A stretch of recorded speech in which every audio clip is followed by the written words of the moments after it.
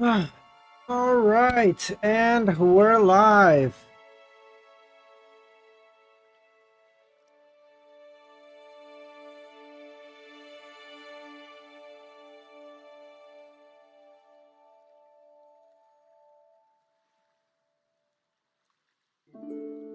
DSV, how's it going, man? How you doing?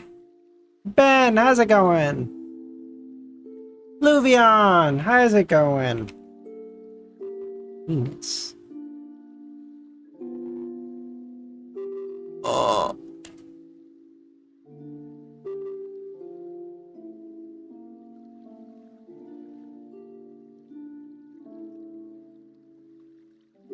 Romero, how's it going? We are making so much progress slowly. Oh yeah, DSV, we're getting so close, man. I also saw the clip that Milosh, how's it going? Perfect timing. I also saw the clip Milosh sent. Easy has thrown in the white flag. That's good to see. You know, it is finally. Oh shit, Romero, it's your birthday? Holy shit, happy birthday, dude. That's awesome. SP spare? No.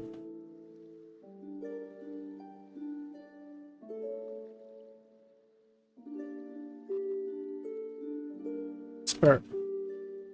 Shit.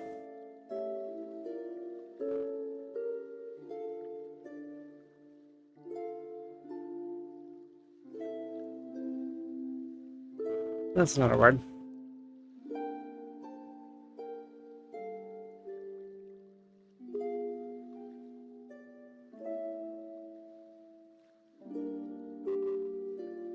Hold on.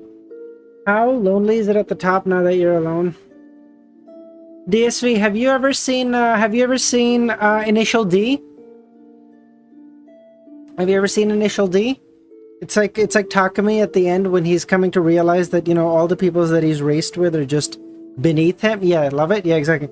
And when he's like realizing like, I'm not built for this. I need to be a professional driver for me to have any rivals. It's that feeling, you know, you're like I'm glad to reach the top of the mountain, but I see a bigger mountain which I must now embark on the journey of, you know?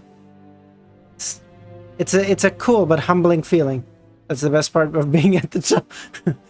Ramiro, our antisocial mod as always. Any plans for the weekend, Ramiro? You know how he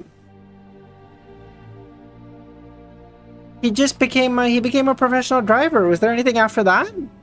I don't know. Oh, thanks, guy. I appreciate it, man. Is there anything after that? Sadly, my day is fucked. Oh, that's... Jesus Christ. Spore? Of course it's Spore. Dumb.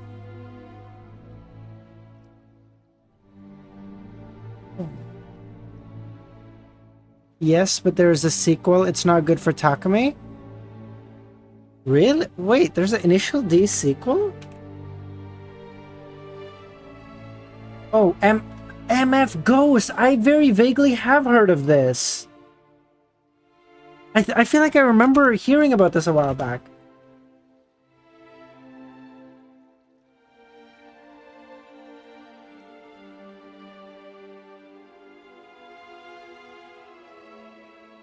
Oh, okay, yeah. Oh. DSV, spoilers! What the fuck, dude? What the fuck? I ain't staying up for this. Alright, no worries, Kami. All good, man. I move into uni tomorrow? Oh shit, that's awesome, Ben. First year?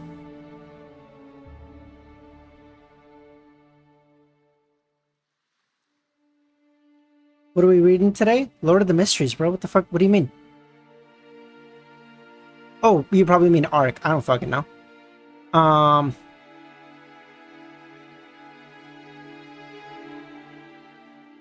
First year? Oh, that's awesome, Ben. What are you studying? That's awesome, man. You see, yes, I did see that bullseye, bro. All that's making me think is, bro, I gotta finish Lord of the Mysteries fast. I gotta get some other fucking... I gotta get some other communities, too. At this point, I'm just gonna be constantly following Easy everywhere. This is cooked. He's already started Reverend Insanity 2. I don't have and Omniscient Reader's Viewpoint. This is cooked. He's taking everything.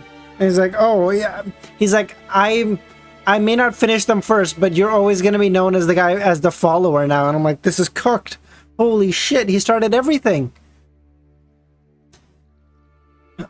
Please be one. Yeah, no, Romero, I can't do several things at a time. My brain, like, I'm so autistic. If I'm like really into something, I just become like, okay, like I want to watch this. Like I remember when I started watching Game of Thrones, which was like 2 years ago, that was like my whole life for weeks until I finished until I finished Game of Thrones, House of the Dragon, like until I finished everything. I was like, this is my whole fucking personality now. So like I can't do like switching between stuff. If I'm into something, I'm fucking into it, dude. Perhaps. Oh yeah, no, Bug. We're gonna finish Lord of the Mysteries, Mother of Learning, ORV. I'm also thinking about also doing Perfect Run in there, because like that sounds really cool, and I love gambling, and I want to justify it. Yeah, I know, Bullseye. I know. But yeah, no, I don't go into fanfics for anything, Romero. I don't give a fuck how good anything is. I don't go into fanfics. Fuck that. I don't have that in me. Torn, Split.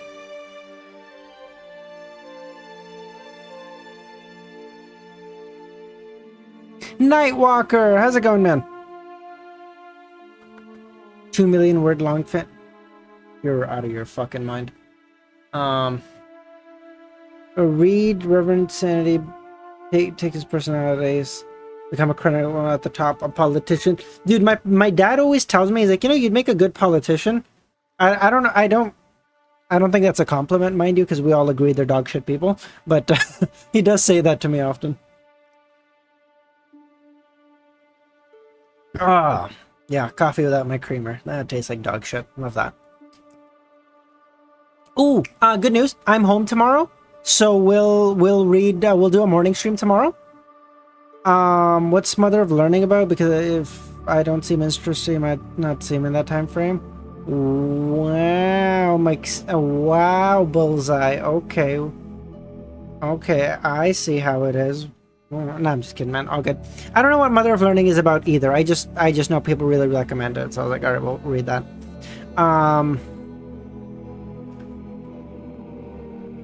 My dad has told me to be more humane at times.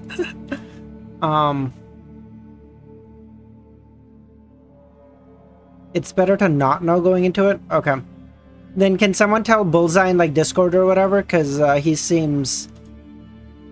But Bullseye, if you do seem interested, don't read it, okay? So we can experience it together. That'd be based.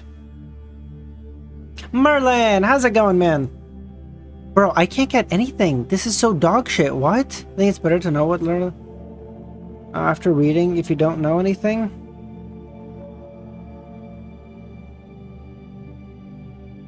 Okay. All right, we'll figure that out later. We still got some time until then. It's all good. We'll figure that out. Commander, leader,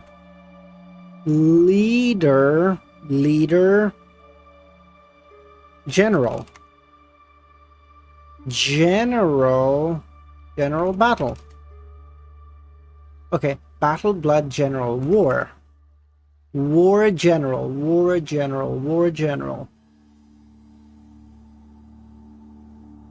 Country. Shit. Military. Yes! Very good. I'm gonna be ahead of you always. That's why I got to reading. What the fuck? Are you kidding me? Seriously?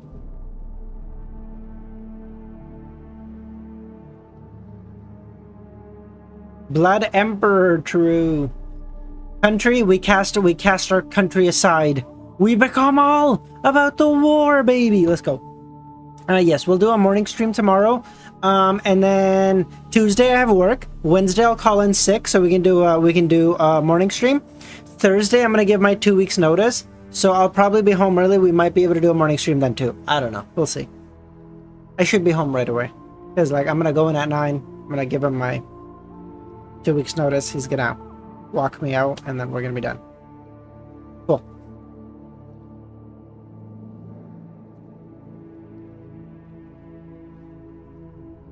Busy week ahead.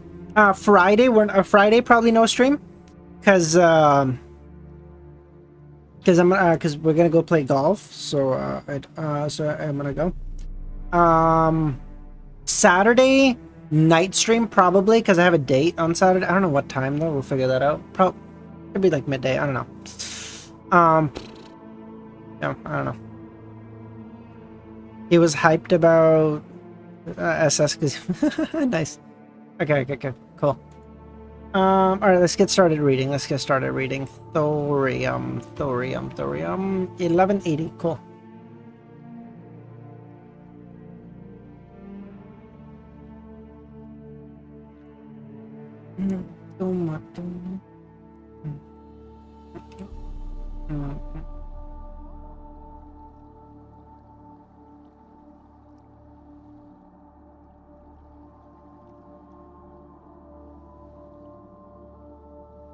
Ulsa, you're so... Okay, you know what? You've been pretty nice recently, so I'm gonna let that go. But, you get back on that fucking train, Bullseye. We're gonna have a goddamn problem, you hear me? Okay. In the Forsaken Land of Gods, at night, when the frequency of lightning dropped, two slices of white bread and a piece of barbecue meat is pretty good after all. The sweet and sour desserts from the Fog Sea are better than I expected. After swallowing the last mouthful of food, Klein sighed in amazement from the bottom of his heart. He then threw the remaining package in the darkness. After all, there was no concept of environmental protection here, nor was there a rubbish bin. Of course, he had removed his connection with those items ahead of time, just like how he would head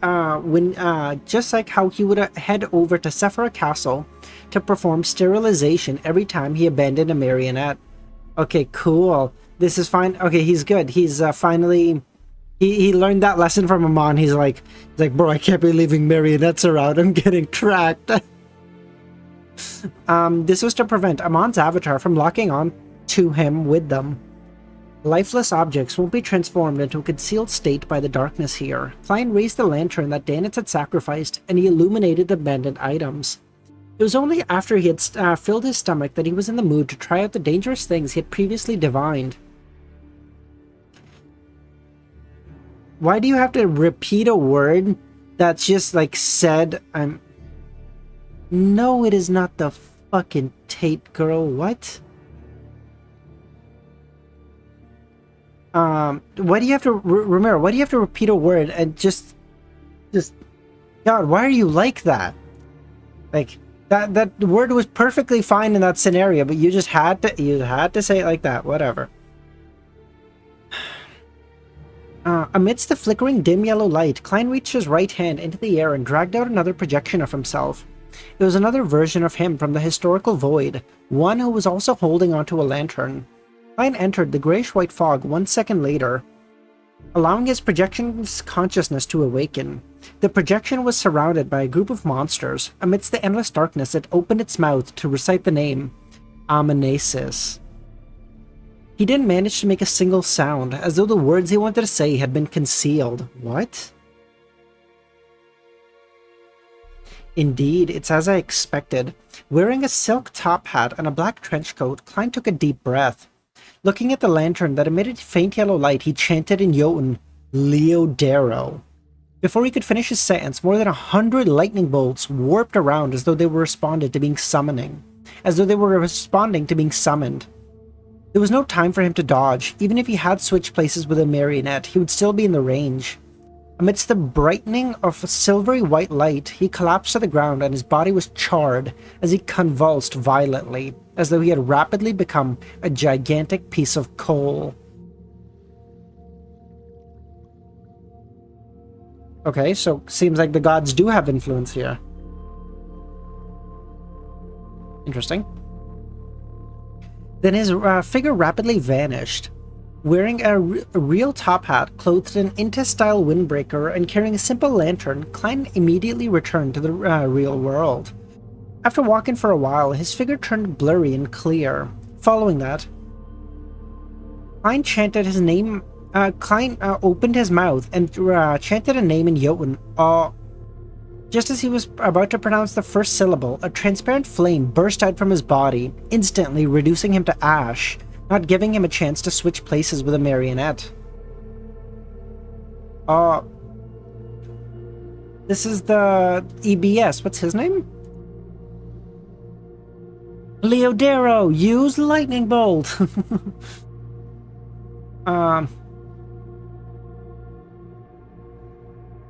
Oh, yes. Yes. Eurofu, thank you.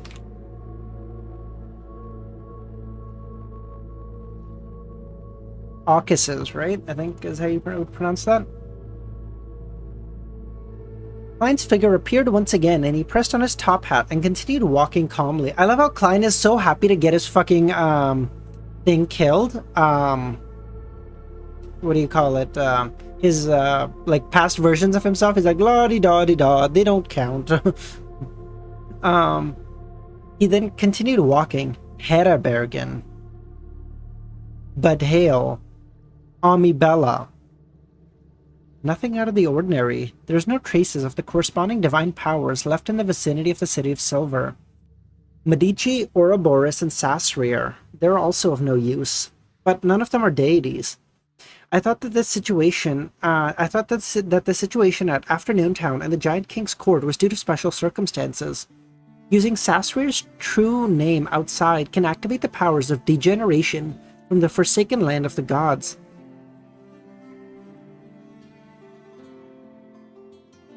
I knew someone was going to say it about Herbergen, and I was going to lose my fucking mind. Herbergen. Why are you guys like this? As a king of angels with the uniqueness, Red Angel is also considered a half a true god, yet there aren't any traces of him. How shameful. No, how shameful for a king of angels.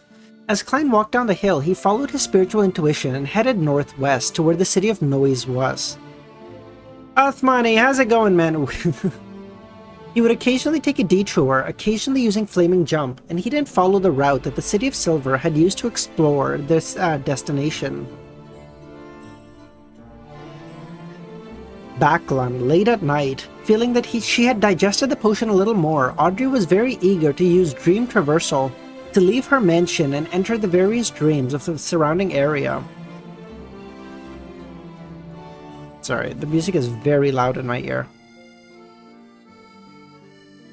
Knowing what the current situation was, she had a strong desire to become a demigod. Just like that, she saw someone she was familiar with. A noble lady she had a good relationship with. She was 29 years old and married a viscount 2 years ago. Sad to see Klein in that damn blackness. Why? Klein fits in perfectly over there.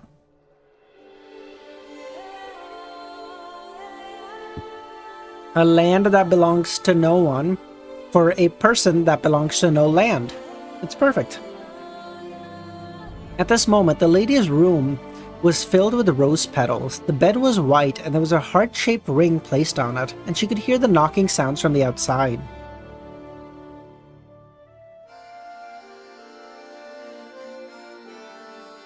With flushed cheeks, the lady quickly walked over and opened the window. A man wearing a black iron mask and a dark cloak leapt in. He hugged the lady and whispered, "I'll take you away from your suffering." Then the two of them started to wrap their bodies around each other as they rolled into bed. As a dreamwalker who was working hard to digest her potion, Audrey had long seen similar scenes. I love how Erdas only gets to ask people about their dreams. Audrey's just straight up like actually just sitting on the cuck chair. She's just sitting on the side. She's like, interesting. What the fuck? She had experienced the phase of being embarrassed, and she sighed at how everyone's dreams were full of imagination. At that moment, she didn't lose her composure at all. She maintained the etiquette of a spectator, as though she was witnessing an overly intense play.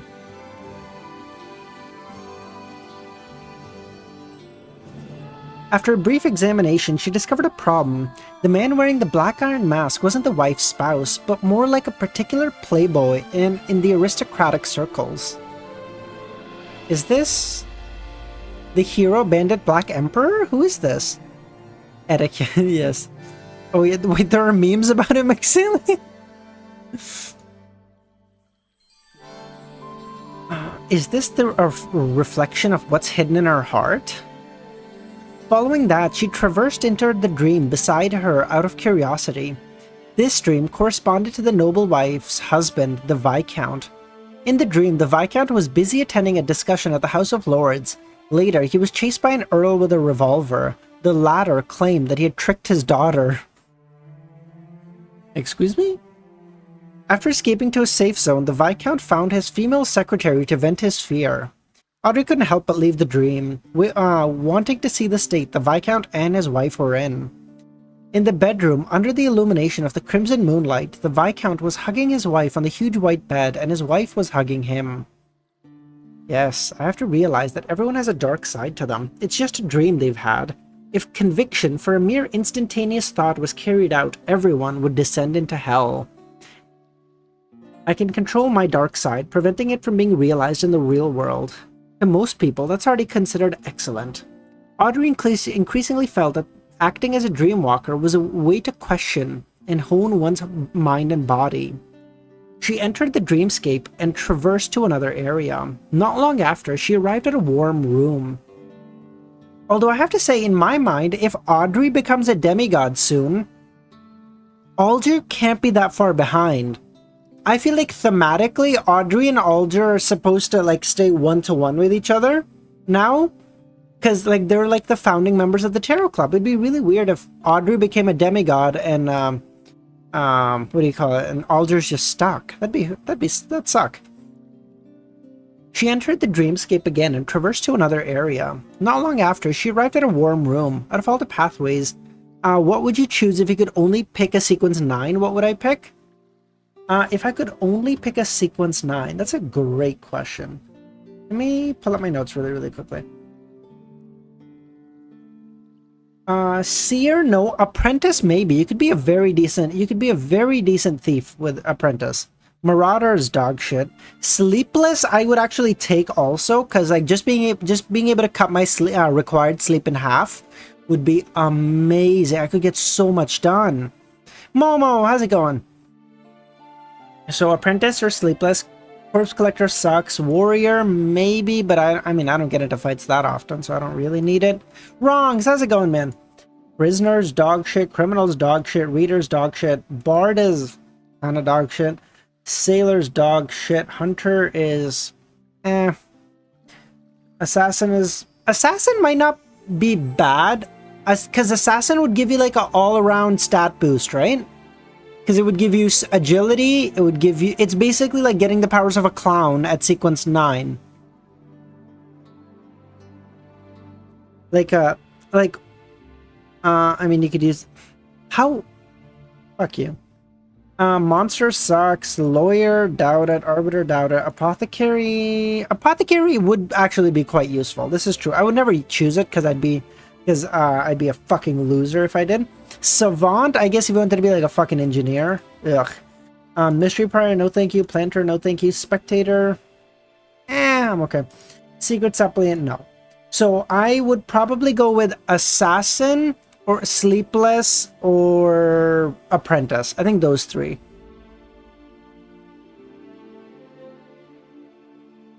Not long after, she arrived at a warm room. There was a dining table placed over a thick carpet. At the seat of honor was a white-haired old lady. To her side was a middle-aged couple, 3 children who were not of age. They were all enjoying the delicious food, chatting and laughing. Savant will pay well until AI replaces you. What are you gonna do then? Bro, can you imagine getting otherworldly powers and AI still replaces you? Oh my god, that would actually be some apocalyptic shit right there. It was dark outside. The strong winds made the glass groan and thump as they seemed to brew the horrifying sensation before disaster struck. What is the owner of this dream bothered about? As Audrey retreated from the dream, she tried to find an answer from the real world to verify her hypothesis. She then saw a small bed and a white-haired old lady. There were photo frames on the bedside of the lady. They were either wrapped in black cloth or white flowers, consisting of a middle-aged couple and 3 underage children. Is Hidden Sage sort of AI? Hidden Sage is AI in like the most dog shit sense, because it'll give you information, but like, I didn't ask for it, bro. You're not considering prisoner or criminal? Why would I choose those? They just suck. At sequence 9, certainly. Like, I don't think prisoner is like decent until you get to Wraith. Wraith is a sequence 5. Everything before then is like just sucks.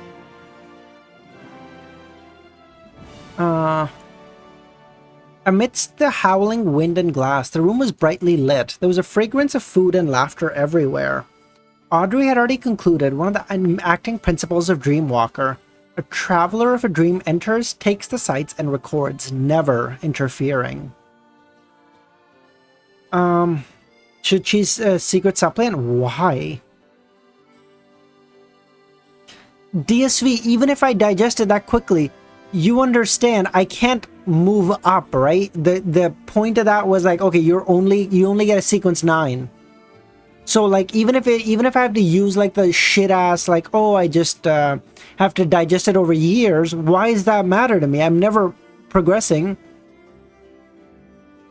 In St. Samuel Cathedral, having been summoned by Bishop St. Anthony, Leonard walked up to the spiral staircase under the sunlight. Suddenly, he said with a suppressed voice, "Old man, that secret gathering is about to begin again. Are you really planning to attempt to enter the treasures left behind by the Jacob family at the end of the month?" "I'm not sure yet, but this is an opportunity." Powers get... I know, Ben, they get stronger, but like... You understand, if you take a assassin potion, you already become like in the... point, maybe not point, but you automatically become in the top 1% of humans in like athletic abilities, like general athleticism. Fine. Like, no problem. What? Same with Hunter, yeah, I guess.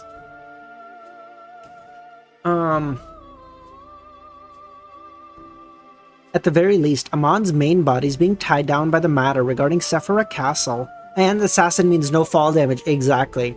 McSeely, dude, I could do the what is it called? Leap of Faith from Assassin's Creed? Oh my god, I could actually do that. Based.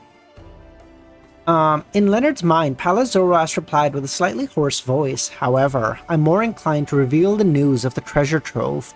I want the people at the gathering to adventure and explore it. We'll stay in the vicinity and explore, taking what I need from them." I take Hunter, you can wield weapons and a trap. Yeah, but you wield weapons and a trap, you get charged with attempted murder or murder. But, like, if I'm just an assassin, then that's just, like, I'm just using hands, and that's just, like, assault, maybe. You're in the real world, DSV. Come on. No, you can hunt animals. You can also assassinate animals. What is your point? Leonard didn't mention it again. Instead, he asked, "Old man, when can I become a demigod?" Pallas chuckled. "Assassin can only kill human?" Says that. Where does it say that? Where does it say that? Am I being a little dense on purpose? Probably, but you don't know that.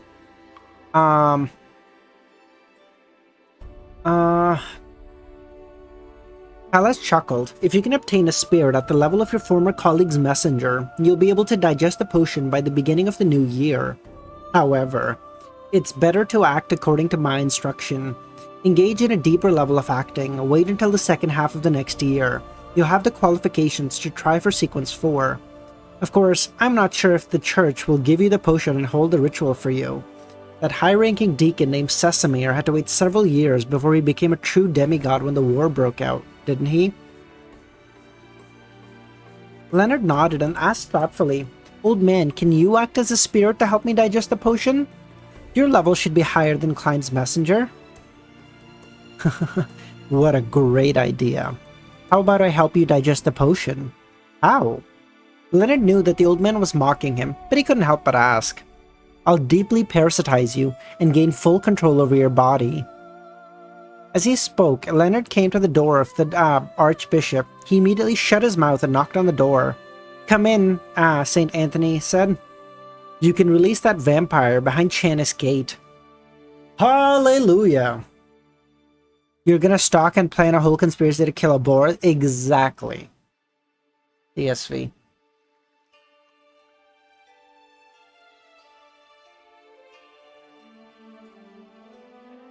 That bloodsucker's out, baby! Noise Ancient City. Noise. I'm a fucking child.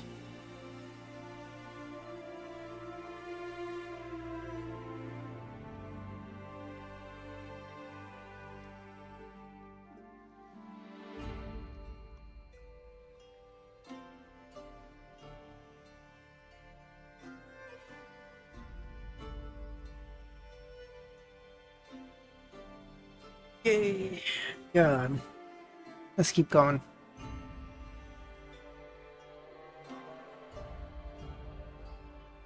So I think it's right. Upon hearing the bishop's instructions, Leonard was first taken aback before he sighed. Mr. Fool's prophecy was accurate. No, it's not a prophecy. He is already aware of everything. No, he most certainly isn't. He just think with his brain. Leonard quickly reined in his thoughts and followed the procedure to get the bishop to give him an official document. He then returned underground and brought 2 members into Chanis Gate. After waiting for the keepers to check the documents, he came to... Hey there, how's it going? He came to Emlyn White's room, which was illuminated with shining silver candles. He opened the heavy stone door. The ghastly blue light entered the cell, stabbing Emlyn's eyes to the point of him having to close his eyes. His face was much paler than before. How much fucking paler can this guy get? He's got to be like see-through at this point. And his body was much thinner. He exuded a feeling that a gust of wind could lift him up. Thinking of Mr. Fool's answer, Emlyn felt confident, and as he stood up and chuckled, "I knew you would take the initiative to send me out." "Would you be disappointed if I said it was just a routine investigation?" Leonard lampooned. He then replied, "I'll give you 30 seconds. If you don't leave, I'll take it as you voluntarily choosing to stay." As a slightly more senior Nighthawk and a captain of the Red Gloves team, Leonard had rich experience in dealing with prisoners. Emlyn's expression froze. He opened his mouth, wanting to say something, but maintained his silence as he walked past Leonard and his teammates. Outside, he suddenly shuddered. "Once you return, getting some sunlight will fix you up." "Oh, the sun is a rare commodity in Backland's winter, and you vampires don't exactly enjoy sunbathing, do you? Aren't you an apothecary? You can concoct some medicine from the sun domain yourself," Leonard reminded him. What a bitch. Sanguine. I'm racist towards elves, not sanguine. Oh no, I'm racist towards sanguines for sure. Blaze, how's it going, man? They don't count, okay? They are not our same species. You can't be racist towards them. You can be discriminatory towards them, sure. But I do the same to clankers, so fuck them.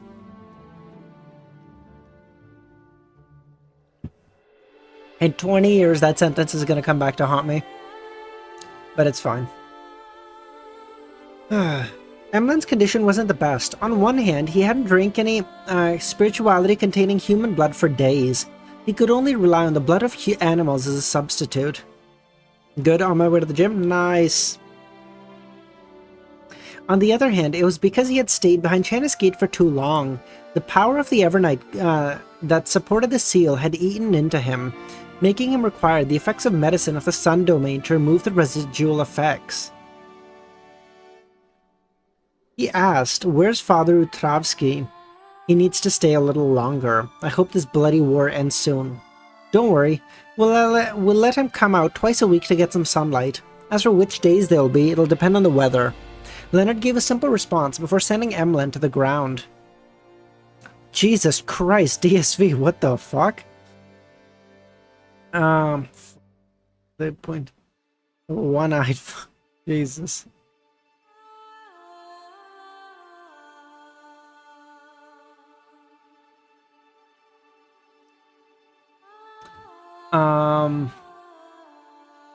Emlyn hesitated for a moment before asking again, "Where's the nearest hospital?" "What do you want to do?" Leonard asked. "Get a blood transfusion." Blood transfusion? More like drinking blood. Leonard didn't call him out as he pointed in a direction and gave him an address. After watching this sanguine leave, Leonard returned underground and began to discuss a recent case with his teammates. After several days of traveling, Klein finally arrived near Noise City. This was equally a desolate plain. The dried riverbed left traces of itself on the ground. Looking at the dark, shadowy city that was filled with a thin fog, he was in no hurry to get close. Instead, he found a hidden spot and muttered the honorific name of the Fool. Following that, he took 4 steps counterclockwise and recited the incantation before entering the world above the grey fog. Why is he doing that? Didn't Klein say that he no longer needs to... Am I fucking mistaken? Because I felt like Klein said that after digesting his Sequence 3 potion, he could just send his spirit body above the grey fog without having to take the 4 steps counterclockwise. Am I losing it? I feel like he said that. To return to Sephira Castle with just a... Wait, what? To return to Sephira Castle with just a thought, he needed the prayers of the tarot clubs to stack together. Oh, fuck you. That way, it would provide the Fool with a sufficient summoning power. With the help of the prayer light, Klein used his true vision to check the situation of Noise from afar. Would it be pronounced Noise or just Noi?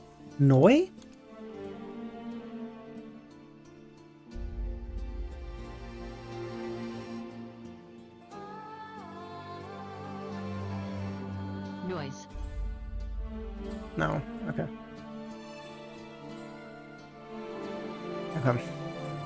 He discovered that the thin fog was slowly dissipating, but it couldn't completely dissipate. On the surface of the city, there wasn't a single spirit body thread.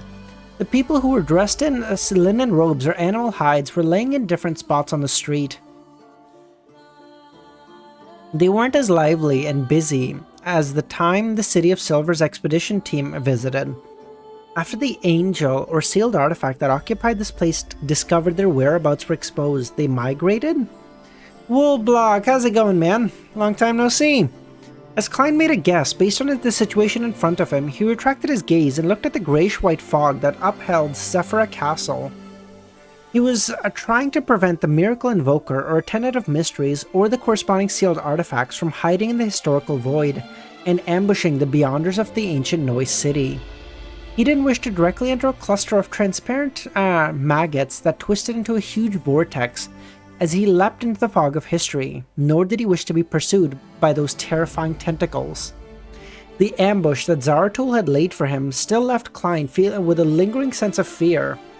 From time to time, he would have nightmares, hoping to seek misjustice for another round of psychological trauma treatment. This stimulus was worse than seeing his marionette Inuni wear a monocle in front of him. What the fuck? Why is this just not opening? Hold on. My grip is so cooked. I went rock climbing today. My fucking, like, I can't even fucking close my fist. Today was a fucking great day, by the way. I got to go rock climbing, and then I went to the gym. And then I had like, and we had Chinese for lunch. It was a fucking great day. Oh, what a fucking good day. And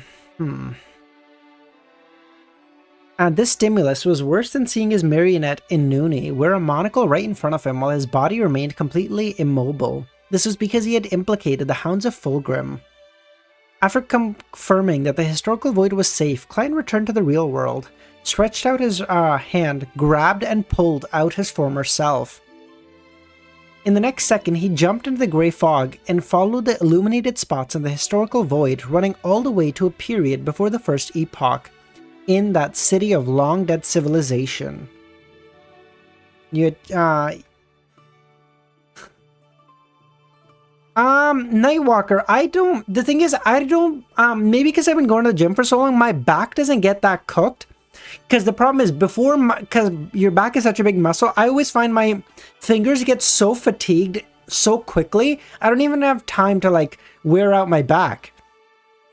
Like, my fingers just get cooked so early, I'm like, okay, just fucking done. Like, I just... Because my grip is just so much weaker, right? Like, I just... Yeah.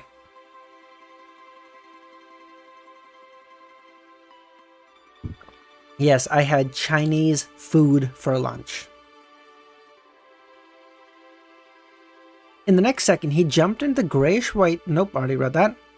To him, this was a very ingenious safe house. This was because, aside from him, no scholar of yore could trace back to this lost piece of history. Of course, to him, coming all the way here required him to expend a lot of spirituality. He could only stay there for about 15 minutes at most. And that was only if he didn't make any burdening attempts at summoning historical void projections. After hiding his true body, Klein's projection in the real world moved forward, quickly arriving outside the city ruins. It's laggy? I'm not even showing that I've dropped any frames, Romero.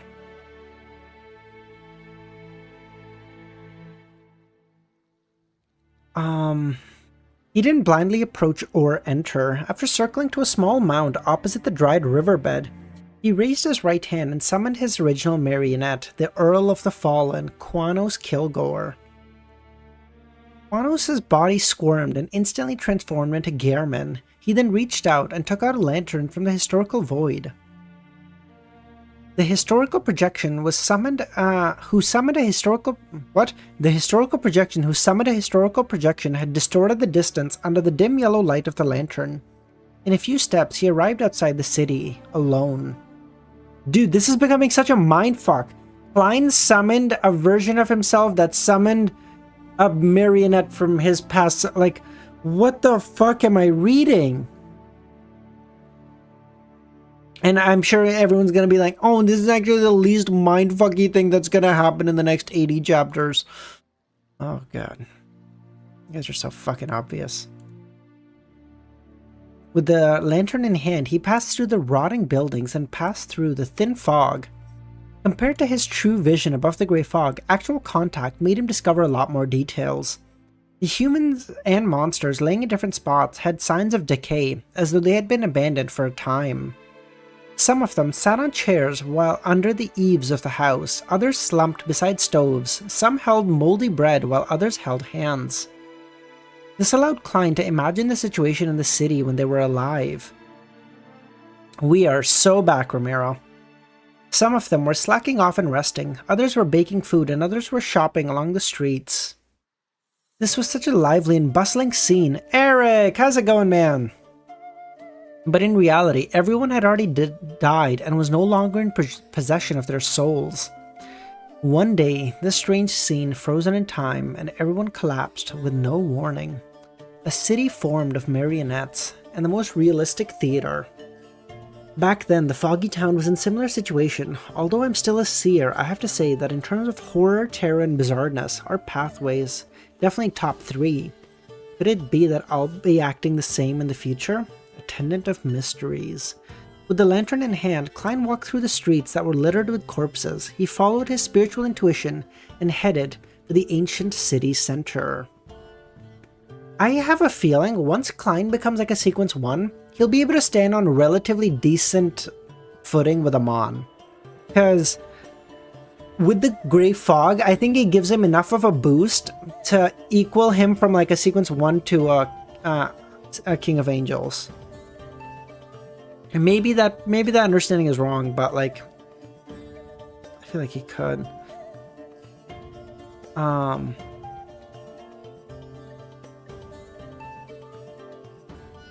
The situation here made him believe that the person who had ruled the ruins definitely had enough intelligence. After the City of Silver's expedition team broke the peace and serenity, the entity didn't choose to kill or destroy the clues. Instead, the place was abandoned with no hesitation. The reason why the City of Silver wasn't silenced probably had to do with with an Amon parasite following behind. Also, maybe the true creator. Klein then quickly arrived at an intact cathedral. Inside the cathedral stood a statue of a demonic wolf with 8 legs. There was a tuft of grayish-white fur at the top of the statue. Its pitch-black pupils covered at least 3/4 of its eyes. It's not Flagrea, the dark demonic wolf that occasionally appears in the Third Epoch? The God of Wishes? The God of Wishes? Isn't that the main ingredient for sequence 2 potion? He has been in the Forsaken Land of the Gods for thousands of years and found the sequence 1 characteristic? Just as Klein thought of this, he suddenly heard footsteps approaching. Standing sideways, he cast his gaze outside. He saw a figure slowly approaching. He was nearly 2.3 meters tall and had a hunched back, with grizzled hair wrinkled at the corners of his eyes and a scar at the corner of his mouth. He looked like an old priest or bishop. His dark brown eyes were calm, unlike the monsters deep in the darkness.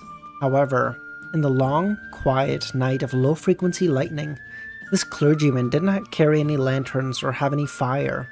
He just quietly walked through the fog. 3 possible options, okay? Is anyone else getting lag other than Nightwalker and Romero? There's 3 possible options. Klein's about to get into a fight. Klein's about to run away. This guy's gonna be among like Eridas and the Forsaken and the fucking wolves or whatever, Hounds of Fulgrim, and then he's gonna be like, great master above the spirit world. Lucius, I don't think I've seen you here before, man. How you doing? Like chat was lagging a bit, but otherwise no lag. Okay, cool. Thank you. I feel like those are the 3 options.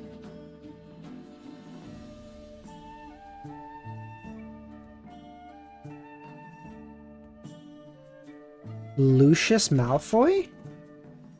Is that Draco's dad? What the fuck is Lucius Malfoy?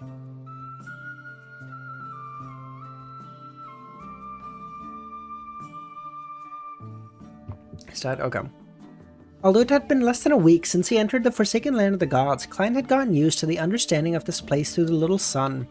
He knew normal humans, even saints, had to use fire to create light in the darkness, or it would be easy for them to encounter monsters and be secretly devoured. At that moment, the elderly clergyman wasn't carrying any lanterns. Instead, he passed through the darkness and slowly entered the cathedral. If it wasn't for his deep and calm eyes that didn't show any madness, Klein's first reaction would have been that he had encountered some kind of monster. Of course, having a normal person's state of mind and being immersed in the darkness were contradictory. Any living creature with a resemblance of normal intelligence could come up with the conclusion that this person might be even more terrifying than a special monster. Klein had only ever met one person who could pass through the darkness without being affected. Blasphemer Amon. Sensing that the faint yellow light was reflected on his face, the black-haired clergyman, with slight hunch to his back, stopped, looked at the demonic wolf statue and asked, "Where did the owner of this city go?" I don't know either. I just entered the city. Who knows where the owner went?" Just as he said that, the entire cathedral dimmed and a thin fog surged in like a tidal wave. The lantern in Klein's hand failed miserably at illuminating the darkness and the situation at the door. It was dark outside and nothing could be seen.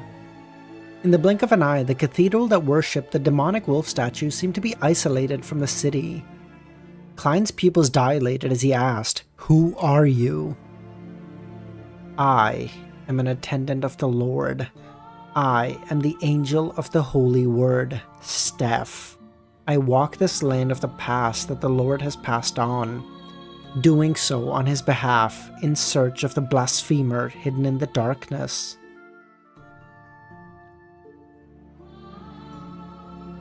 Do we have a ally against Amon now? Foolish Squid! I don't think I've seen you here before either. How you doing, man? What? Do we have a friend against Amon now? As he spoke, the elder's figure expanded to a height of 4 meters. Behind him, the black illusory feathers appeared. Their shadows intersected and formed 4 pairs of gloomy but holy wings. I don't really watch that. No worries, man. I appreciate you popping by. How you doing?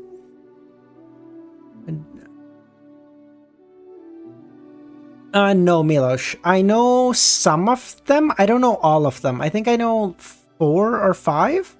I'm doing pretty good. I'm doing pretty good. Foolish. I think I know 4 or 5. I don't think I know all of them.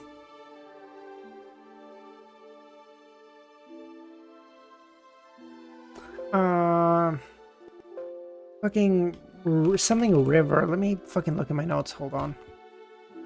River or some bullshit? I'm just trying to control F it.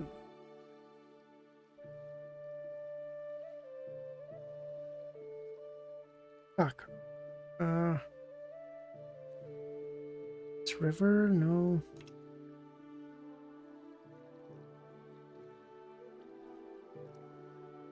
Bro, did I fucking not? I'm so fucking did I not put it in my notes? I'm gonna lose my fucking mind if I didn't. I am so mad. You're kidding. Oh my fucking god, I'm so stupid.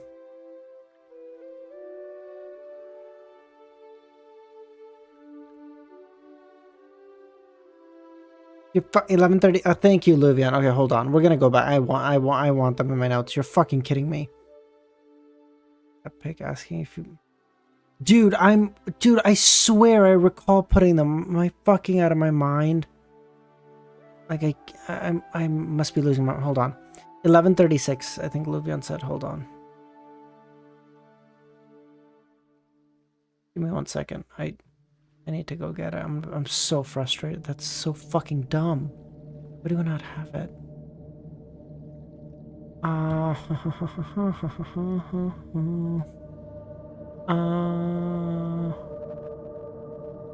Okay, the ancient god suspect, they call it the Chaos Sea, River of Eternal Darkness, Tenebrous World, Knowledge Moor, Brood a Hive.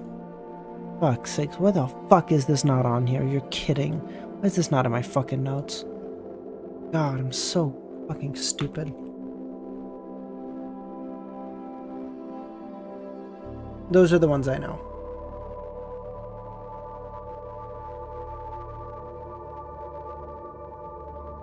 Dude, I swear I fucking copy pasted it because I was like, this is so important.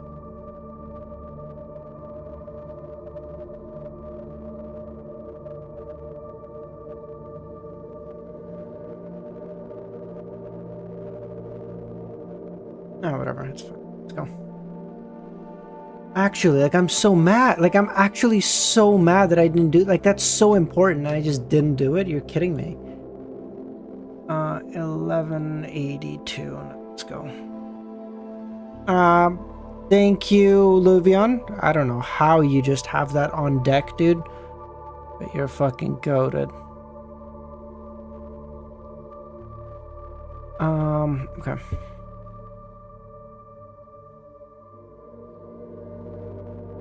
Okay, damn.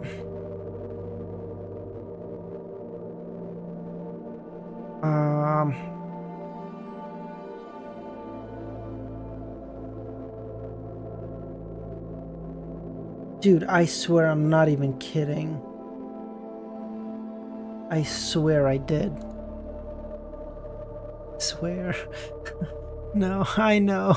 I know. It's fine. Don't judge me.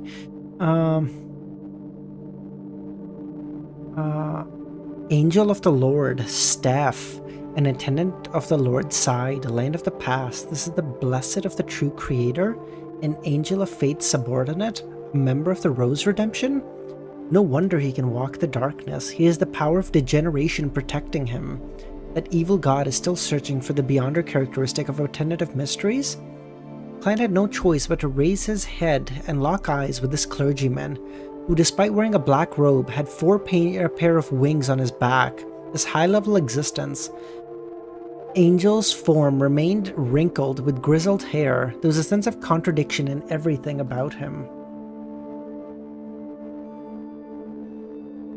I'm actually becoming senile. I swear I remember doing that. That is kind of base, though. Pretending that he had never made an enemy of the Aurora Order, he calmly said, "The blasphemer has long fled. I am also searching for him." Who is the Who is the blasphemer in this scenario? Is it Amon or is it someone else? After staring at Klein for 2 seconds, the angel of the holy word asked, "Who are you?" It is Amon? Okay, yeah. It won't be convenient saying it out loud directly. I'm a lonely traveler. As he gave this reply, he suddenly felt an extreme sense of darkness developing within him. It then sank down and merged with the shadow created by the lantern. The pitch-black figure abruptly wrapped and came to life, stretching itself out to become another gearman, one with sinister and ferocious eyes. Klein's pupils constricted. Without any hesitation, he reached out his right hand and grabbed outward at the air. At this point, if he hadn't guessed that Steph was using his answer, he should have joined the Aurora Order and made the true creator his god. At this moment, he knew what it meant by Angel of the Holy Word. This was clearly the Angel of the Evil Word. What the fuck? Angel! How's it going? I figured. Yes, so we're gonna call the devil Angel now. This is the new name, okay? This is the new name. Trust the vision. Hold on. But the icons for the Sephiroth, he knows? That's cool. Oh, that sounds awesome. Thank you, Milosh. Your buddy, yes. When Klein said that he didn't know where the owner of the city had gone, Steph extracted the words, "I don't know where I went," trapping himself and isolating himself from the outside world. Who is this? What is he on? What? When this angel revealed his identity, every word was enhancing his level and strength. When Klein answered who he was, it ended up separating a lonely traveler. Did I?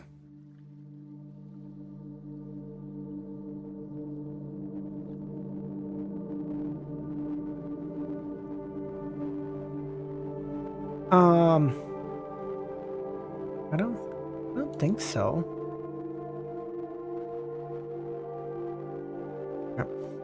From the moment he appeared in Noise City, there was a strong sense of malice in the black-robed Steph. Just as Klein was attempting to summon a particular image from the historical void, the sinister Gearman seemed to share the same thought. He too grabbed at the same projection, cancelling each other out. "Mr. Loki, how's it going?" Seeing that his powers as a scholar of yore had been restrained, Klein's eyes narrowed. Without any hesitation, he opened his mouth and said a word in Jotun, but in the next second, the word was stolen. Damn, I thought we were gonna get a friend. We just got an angel-level enemy. Oh my god. Be nice, Klein. God, you're fucking everything up. Standing at about 4 meters tall, the Angel of the Holy Word, Steph, had at some point in time grown a head covered in blood on his left shoulder. It looked similar to him, but much younger. Around the head were 2 skinless arms that had mangled flesh. They grazed different souls and had used powers that could steal thought. At the same time, another bloody head grew on Steph's right shoulder, one that looked to be in his 20s, even younger. Amidst the 3 heads, one grazed souls and stole Klein's thoughts, while the other was staring coldly at the target, deepening the self-awareness of this lonely traveler. The last one opened his mouth and said, "You lie. You are the person who destroyed the Son of God's descent and interfered with the Lord's descent twice. You are one of the targets I'm looking for." Klein's mouth twitched as he calmly said a word in Jotun, "Leo Darrow, the name of the Lord of Storm." Replace this— wait, what? Why replace that emoji? Merlin, why? With what?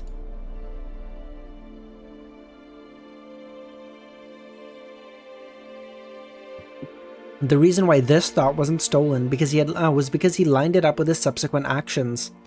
The lineup was filled with the same content. It didn't matter if the first thought was stolen, as it didn't affect his subsequent actions. This was a precious experience he gained from Amon. Of course, if he were to meet Amon again, he suspected that such a method might not work, since the god of mischief would be prepared. As he finished speaking, the eyes of the angel lit up with bolts of lightning. With Amon Absolute Cinema? We talked about that earlier, Merlin, in a different stream, but most people agreed that like they were kind of interchangeable, so it didn't matter. But I mean, we can talk about it.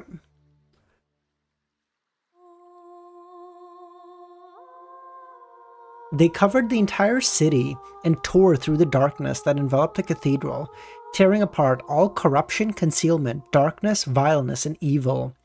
Inside, Klein and the sinister Gehrman were situated at the eye of the lightning storm. Without even a grunt, they dissipated. Leodero abuse has started. Does it count as abuse if he's the one abusing? Godzilla, how's it going, man? Then inside, Klein and the sinister nope, already read that. Then the terrifying silvery white electric bolts snaked around the area, swallowing the statue and the angel. Amidst the dull rumbling, this ancient city completely collapsed. At the opposite of the dried riverbed, Klein's historical projection quickly faded away, returning to the real world. Santa, how's it going, man? How you doing? It's a spell for Klein. You want to switch it with the Amon one? Yeah, we can switch it. Fuck it. Fuck it. I have it. I have it.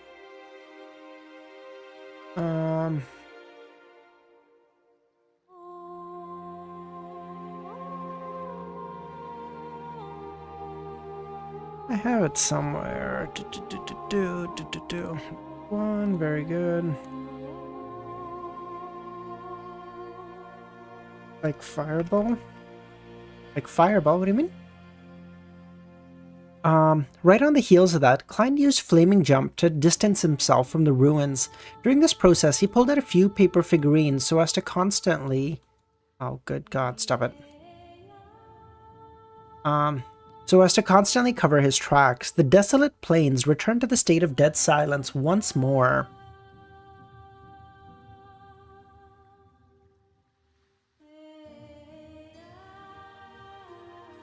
Sorry, I'm trying to like do the pretty good. Just got done with the girl. Ready for bed? Oh, nice. Nice, nice, nice.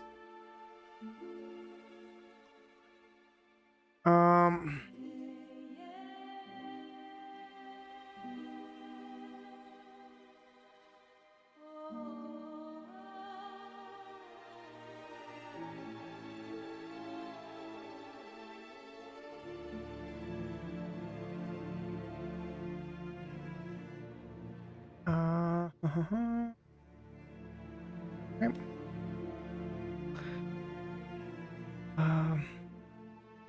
The desolate plains returned to a state of dead silence once more. After an unknown period of time, the ruins where the cathedral stood shook. Steph once again stood up amidst the crumbling dust and rock.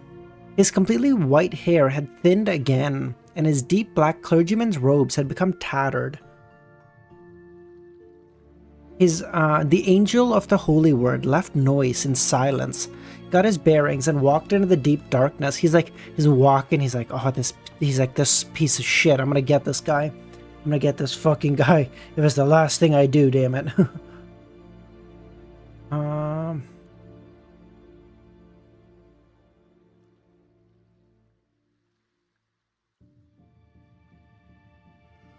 Okay, if members want to refresh stream, you should now have the Amon one instead of the Klein one. That fellow named Steph didn't die? From the looks of it, the remnants of divine power of Storm here can only injure an angel. Klein found it a little regretful, but he didn't expect it to finish off an angel so easily. As he swept his gaze, he saw a few pieces of the demonic wolf statue. The surface of its dark black and insides were dark red, nothing like commonly seen stone. These stones must be extraordinary for them to be used by that dark demonic wolf for his statue. Although I will say I remember seeing someone in the Discord saying that they designed like emojis and stuff for like Twitch and YouTube. I can't remember who it was. Fuck, I'll find it. I'm gonna ask them like what a good pixel size is, because like sometimes emojis are so small on YouTube that they just like you can't even fucking see them. So I'm gonna see if there's like a better size or whatever that it works better with. I don't know. These stones must be extraordinary for them to be used by that dark demonic wolf for his statue. Furthermore, they don't look anything that are produced in this vicinity. Perhaps I can seek out the area that the wolf hid prior to Noise City by investigating them. As a miracle invoker, or even an attendant of mysteries, the dark demonic wolf must be good at covering his tracks. It'll be difficult to track him directly. But if I can find the places he has hid previously, I may be able to gain some insight. Once I know a person's past, I can predict their future. At that moment, a charred hand suddenly reached out and blocked Klein's finger. From the corner of his eye, charred corpse stood up. The charred corpse's other hand held onto a crystal monocle and wore it on its left eye. So that's not Amon, because Amon wears it on the right eye.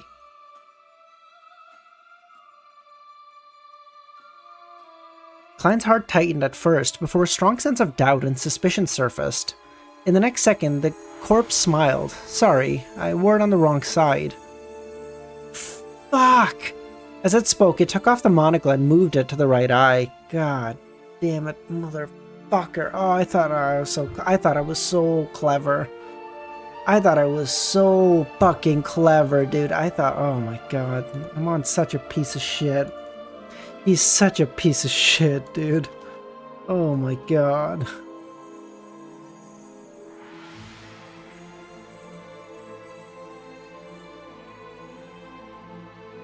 Although, you know what? Tomorrow, I might not do tomorrow I might just do a morning stream and not a night stream, because I want to get started on my Volume 5 video. I want to get started on that, and maybe even finish it. Maybe I'll finish it on Wednesday when I call in sick. I don't know. Once again, Klein understood why Amon was the god of mischief. Motherfucker. At that moment, he didn't even have the desire to lampoon. All he wanted was to end the projection and escape from Amon. The charred corpse that had been parasitized wiped the soot off its face. Before Klein disappeared, it said with a smile, "There's no rush, you're just a projection. I can't really parasitize you. And you should know that I'm not alone. It's hard for you to launch a counterattack." What do you want? Klein asked. Amon adjusted his monocle and chuckled. You know that I'm aware that you're searching for the dark demonic wolf in an attempt to obtain the miracle invokers beyond our characteristic from him. I happen to be very interested as well. Why don't we play another game and see who gets to it first? What's the point? It's not like I won't pursue it. I think of snatching it if I don't play the game. I refuse. Yeah, Merlin, dude, it's so well done. It's so well done. He had no intention of listening to what conditions Amon would offer. Amon shook his head without a hint of anger. You'll regret this. I had originally planned to use the characteristic to exchange for Sephra Castle with you, and to give you a period of time to transfer the secret gathering you organized. And now, I can only consider stealing your fate directly. I will carry the burden of the corrosion from the source. Yes, it is dangerous, but it is thrilling. I'm already prepared to accept it and see who will eventually control the flow. With my father's experience, I should be fine. Corrosion from the source? Experience of ASG? Klein originally didn't wish to continue, but when he heard that, his heart stirred. He recalled Amon's description and couldn't help but ask, the source refers to the oldest one, the first creator? Okay, so the Sephiroth came from the original creator? The first creator? Around 40, 50? Really? Wow, that's not much at all. Is it like 1250 the ending? Where is it? He desperately wanted to know what sort of unbearable fate the Sephira castle would bring him.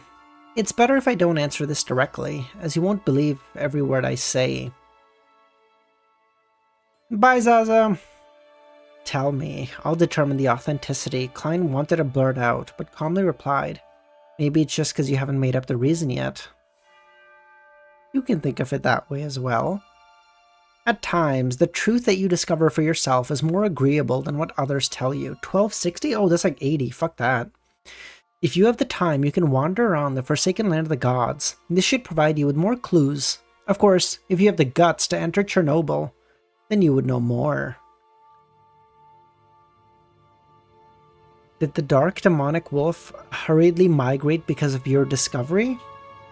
Of its existence? It wasn't me. He sensed the hanged man's gaze.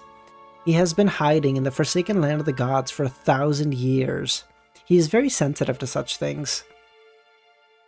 As a sequence 2 angel, or maybe even a sequence 1 angel, you can only play a game of hide and seek in the forsaken land of the gods and live such an abject life? Isn't the environment here too harsh? You must have left more than one avatar in the City of Silver. Why didn't you stop me from reviving there? Why didn't you send more powerful avatars over? If that happens, you'll just choose to revive in the outside world, and that'll be quite a bit of trouble for me to track you in following this.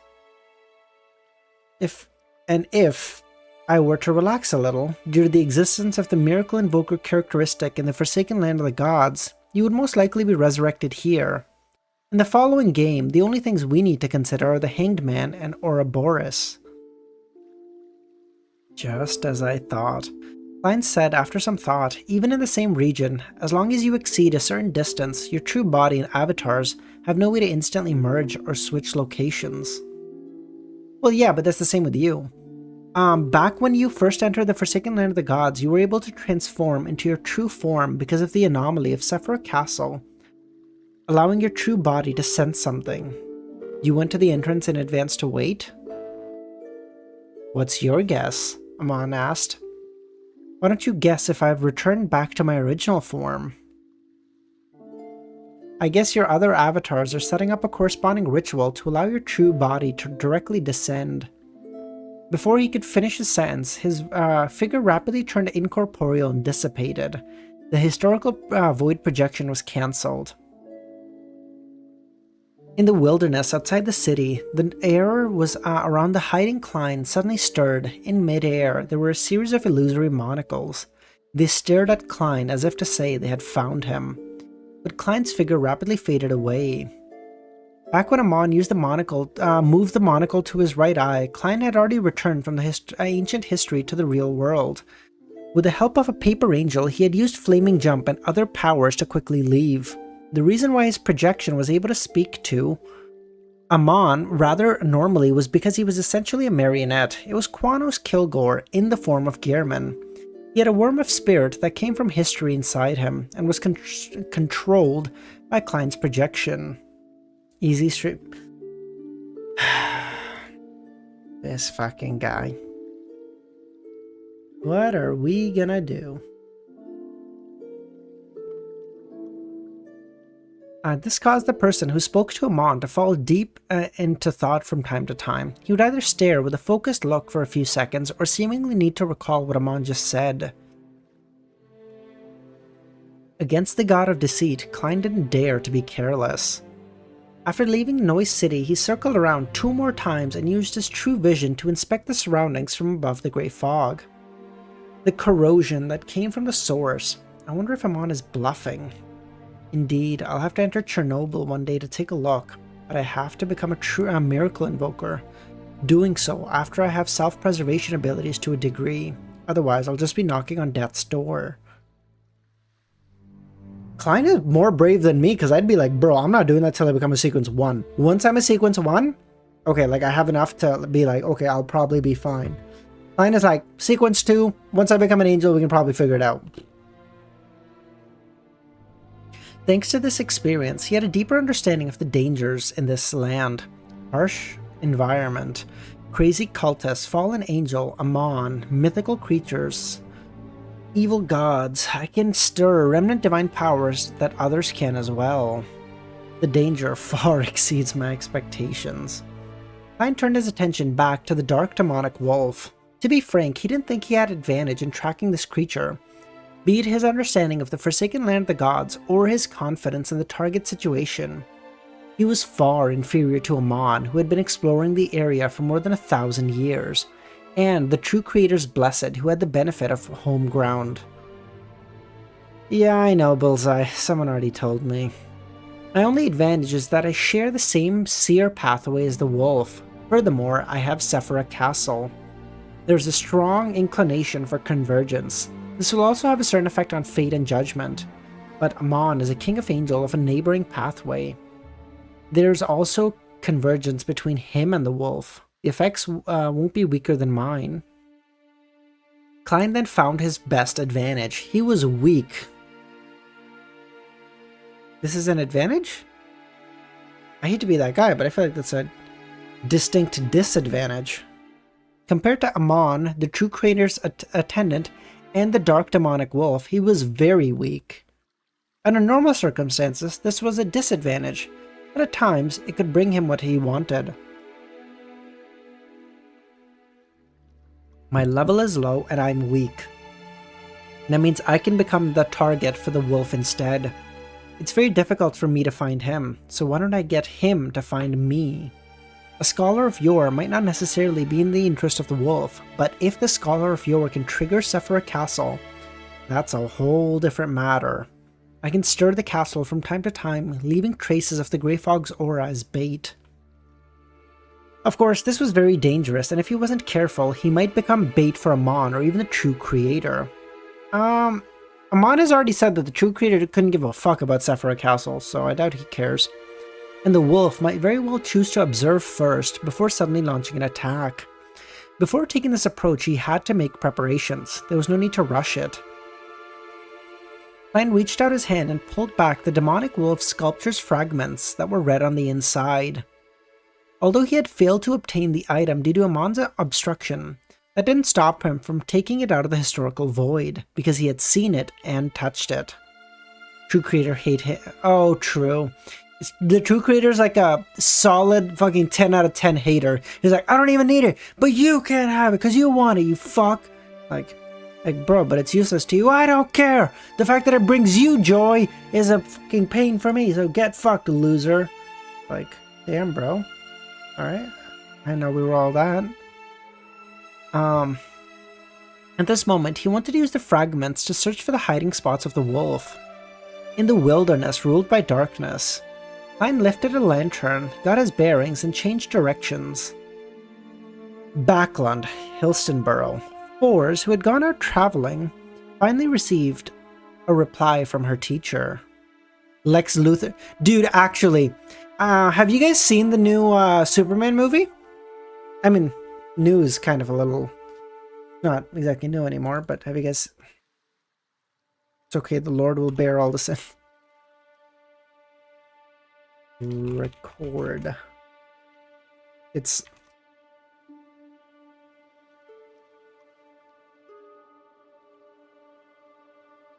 Hey there. You're fucking lying, right?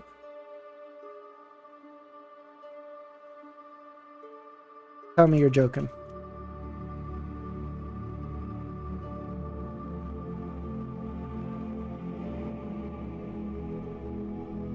Tell me you're joking.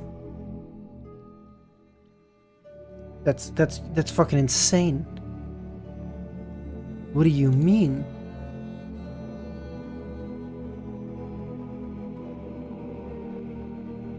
Okay.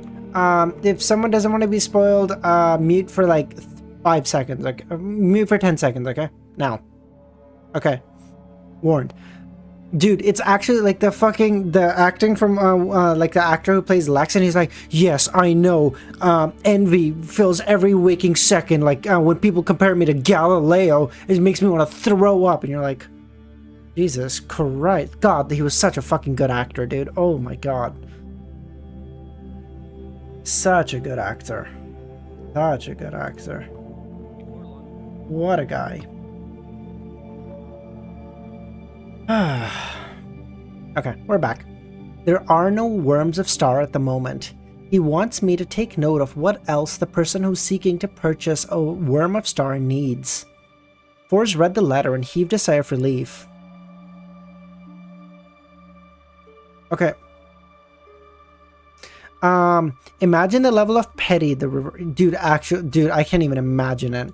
However, when she thought about how she was about to begin hunting the Saint of Secrets, she felt a pang of nervousness. After all, he was a demigod who had reached Sequence 4 a year or two ago. It was possible he was already a Sequence 3.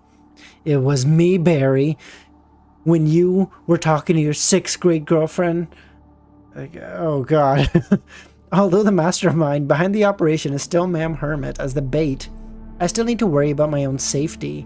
Besides, the Aurora Order still has the Rose Redemption backing them, as well as the Angels and a King of Angels. Forrest didn't regret agreeing to Gehrman's request. This was something she wanted to do.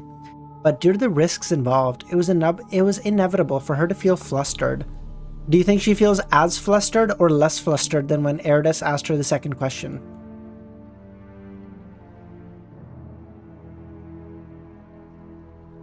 Nightwalker, you're a bitch. I want you to know that.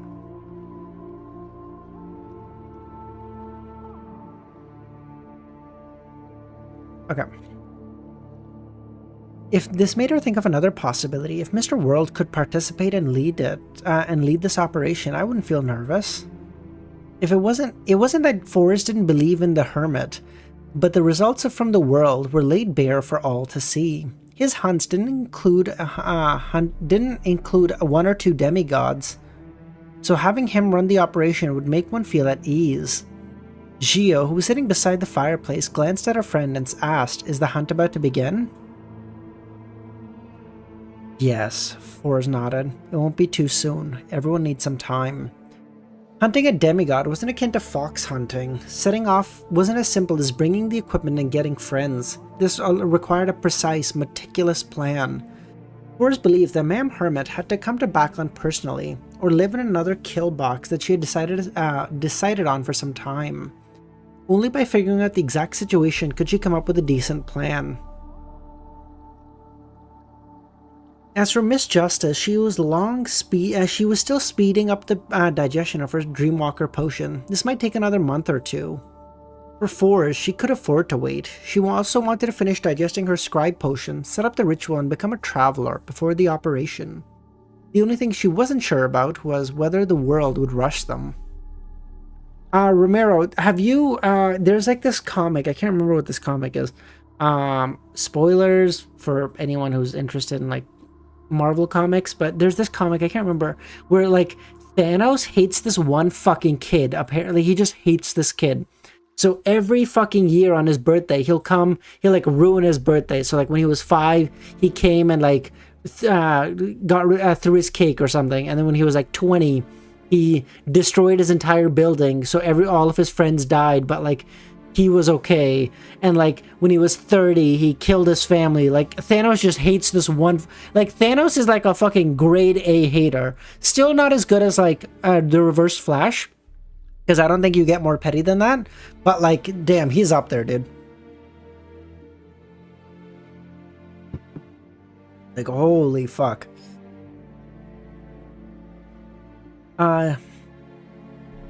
Gio turned around and said the liaison officer from MI9 suggested that I should officially join them today. They said that the new king is in place and there are many matters from the past that I don't need to worry about. People like me have a chance to have some importance placed on them again. Forrest listened attentively and said after some deliberation, this isn't some sort of investigation targeted at us, right? It could make it possible for them to find out there's a faction behind you. They believe that I was abandoned after the incident. Also, they suspect that the faction belongs to a church, the Evernight Church.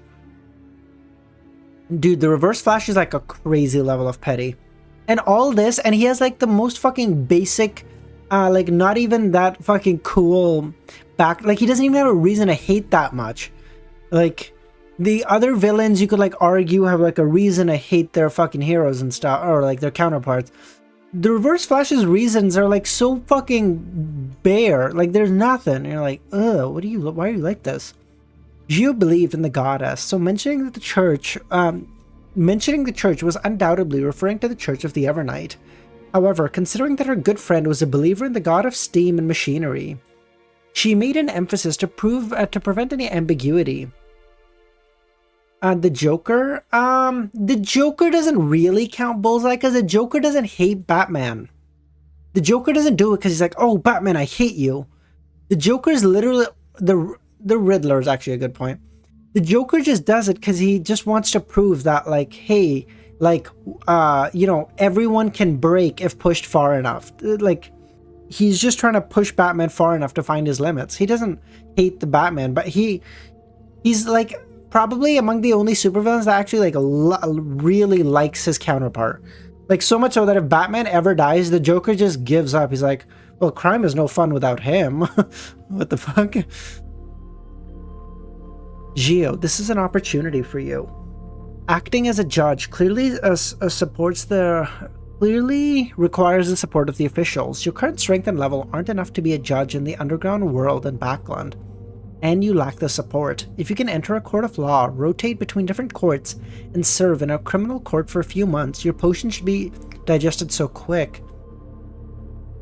Oh right, I heard that MI9 has a paranormal court within it, one which specializes in beyonder cases. If you become a judge there, you'll be able to attempt to be a disciplinary paladin by February or March. Romero, have you seen Absolute Batman? He doesn't go full Punisher, but god damn. Seeing Gio clearly being moved by her speech, Force added, once you make enough contributions, you should be able to restore your father's reputation to a degree. Anyway, George III is already dead. As long as it doesn't affect his reputation, Yevington II might not stop it. I'm not that into comics. Okay. Absolute Bane is crazy, but I have seen the animated shows. This is Absolute Batman. He's like, hold on. He is like 6'8" or something, and this right here, for fuck's sake, his symbol right here is it's a axe. So basically, he has like a handle, and he can get the fucking thing from there, and it becomes an axe. He's like 6'8", 300 pounds or some bullshit. Oh my god, this man's Absolute Bane. Absolute Bane is this. Absolute Bane is so fucking tall that monstrosity of a guy becomes a baby in front of him. God, I love the comics. God, I love the comics. No, Absolute Batman is not even rich. He's not rich. He's like I think he's a engineer, civil engineer or something. Yeah, no, he's not rich. He just is that big by going to his regular gym and probably blasting gear. But they'll never tell you about the gear. They don't want you to know. Society. Yevington was the eldest son of George III. He had worn the crown as Balaam's empire and was now the new king of Lone. Gio fell silent. Before she nodded, I'll give it a try. After things settle down, you can bring your mother and brother to Backland. Although the situation is tense now and the food prices are high, you definitely get food rations from MI9, and you can provide for them. After persuading Gio, Force entered her bedroom and prayed to the Fool, asking him to forward her message to the world. Could have a thick New Jersey accent? True.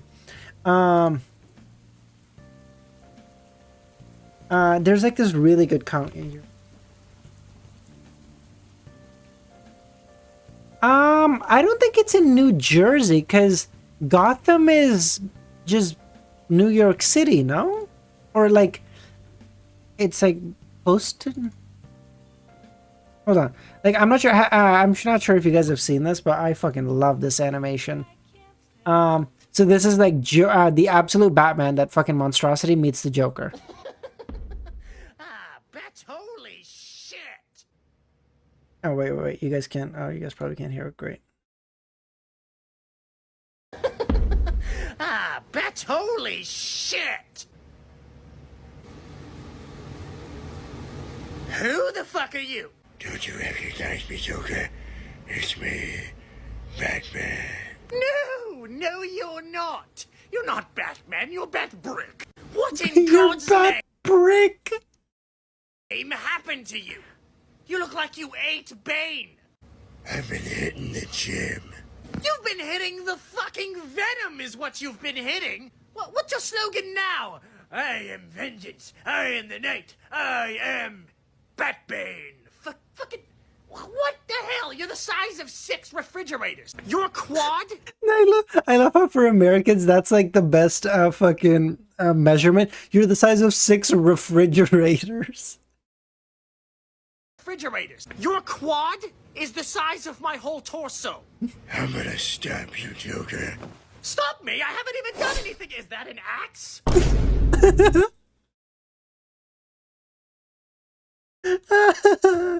Oh, that's so good. Oh, I love that animation. I've watched it like 10 times since it came out, like not even a year ago. It's so funny. There's no use of that. It's like everyone's like, oh, I wonder who Batman is. Oh, by the way, do you know Bruce from like our architecture firm? Like he's 7 feet tall. His fucking arm is the size of 4 people, and you're like, what the fuck? They're like, yeah, no, I don't know who Batman is. You know, it could be anyone. It could be you. It could be me. Like, wait, what? Hold on. Hold on. Immediately following that, Forrest extracted the important points of her teacher's reply and described her thoughts, hoping that Gearman could be more patient. Just as she finished her prayer and was about to leave her room, she saw a crimson tide surge out of the void, drowning her. Forrest discovered that she had arrived in the ancient palace and was sitting in her usual chair. At that moment, there was only her and the world around the table. Forrest's mind tensed up as she said, "Mr. World, I meant just now. It's best if you have some patience. This will make things easier. It's totally fine if you don't. We can begin hunting as soon as possible." "Don't worry. I'm not in such a hurry," Klein chuckled. When his ultimate goal had become an angel-level potion formula and a grade 0 artifact, he had enough patience. Forrest heaved a sigh of relief and asked, "Then why did you look for me?" Klein calmly replied, "Don't you wish to digest the scribe potion as quickly as possible? Apart from the customs of different places, I think you still need to record all kinds of Beyonder powers. The higher the level, the better the effects." Yes! Forrest's eyes lit up when she heard that. "Is that the advance payment you mentioned?" Klein nodded and said, "Let's begin. Be prepared. I've borrowed a grade 1 artifact from Mr. Fool. It corresponds to the level of a saint."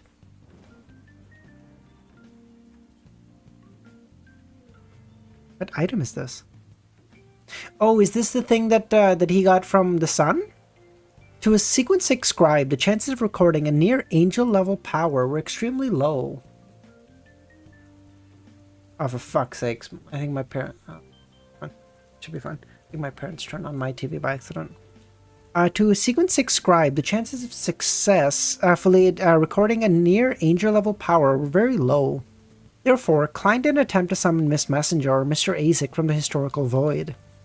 Forrest sat up and nodded. In the next second, the world raised a white bone scepter covered in blue gems. Oh, I see. Amidst the bright light, bolts of lightning leapt out of the void and interwove together, forming a forest of lightning. Forrest's eyes lit up. After the lightning storm calmed down, she was stunned before saying, It failed." "Again," Klein replied. Lightning storm descended again and again and again. After an unknown period of time, Forrest exhaled and leaned back in her chair as she said, "It's a success!" She finally recorded lightning storm once. "It's finally over." Forrest relaxed. She then heard the world say, "All right, next power." Next? Forrest saw the crazy adventurer at the bottom of the long model table extend his right hand and grab at the grayish-white fog. Out of nowhere, he took out a long, thorny cross covered in bronze. Oh, true, he could just use the unshat. Oh, he can just... I love how Klein never... I still have to wrap my mind around that. Anything Klein possessed at any point, he still possesses. That is so fucked.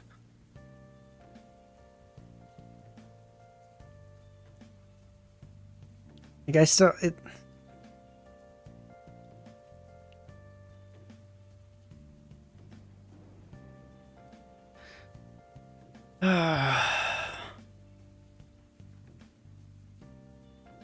Record this Cross's ability? After she digested the scribe potion to a degree, the godhood powers she could record had increased from 1 to 2. No, Klein glanced at Miss Magician and said, record the summoning. It failed, Forrest said.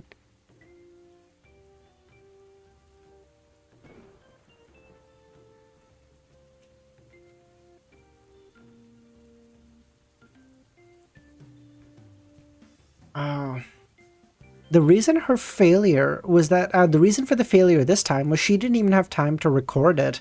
Dispelling the maintenance of the crucifix, Klein once again reached out of the fog of history and pulled out the iron black revolver. It didn't succeed, Forrest replied. All she wanted to do now was return to the real world and digest what she had received, but the ringing of the bell to mark the end of the class didn't just happen.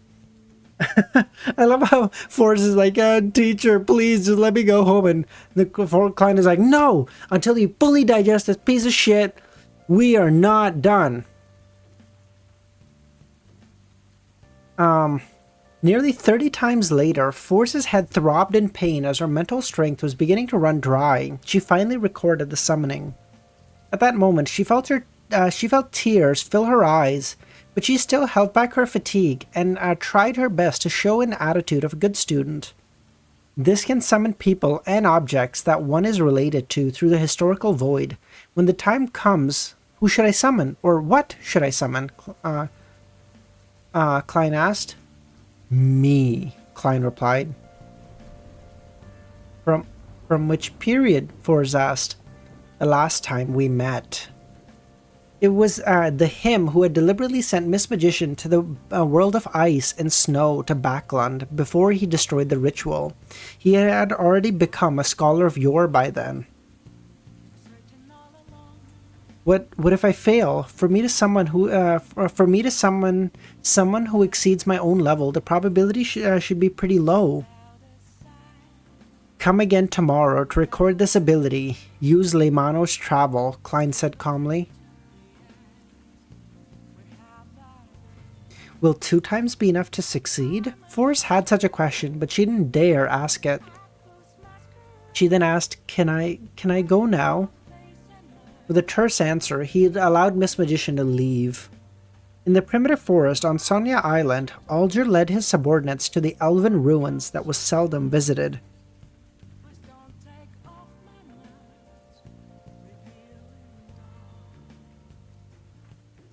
In a primitive forest on Sonia Island, Alger... Nope, I already read that. Jesus Christ.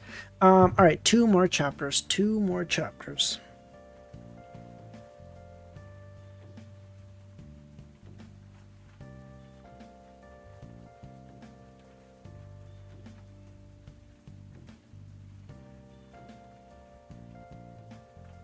By the way, I forgot to ask. Everyone have a good weekend?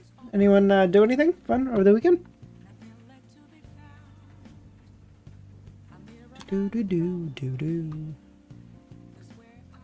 Imagine fighting a sequence 8 scribe shoots with a lightning storm and some dude. Actually, you're not like a sequence 6 scribe. You're like, oh, I've got it. Like this fucking sequence 6, no problem.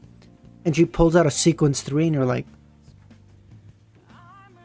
and not even a sequence 3, probably the sequence 3, probably the strongest sequence 3. Because like even angels go. Scholar of yore, annoying as fuck, dude. Ugh. Oh my god. That's fucking horrifying. God.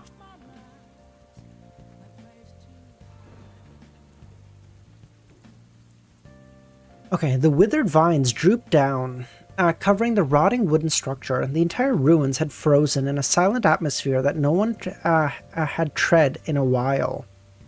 Alger and a few sailors circled around the ruins in an environment of withering winter. Captain, batches of adventurers have come here before. What could they have left us? A a sailor asked. Another companion resonated. A place that didn't take us much time to learn about can be found by others too. That's right, that's right.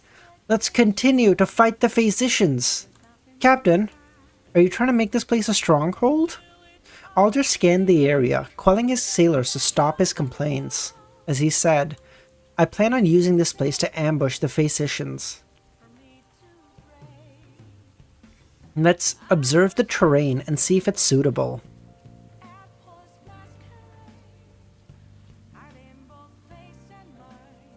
It's so sad the anime. I know, that is something I am actually really sad about.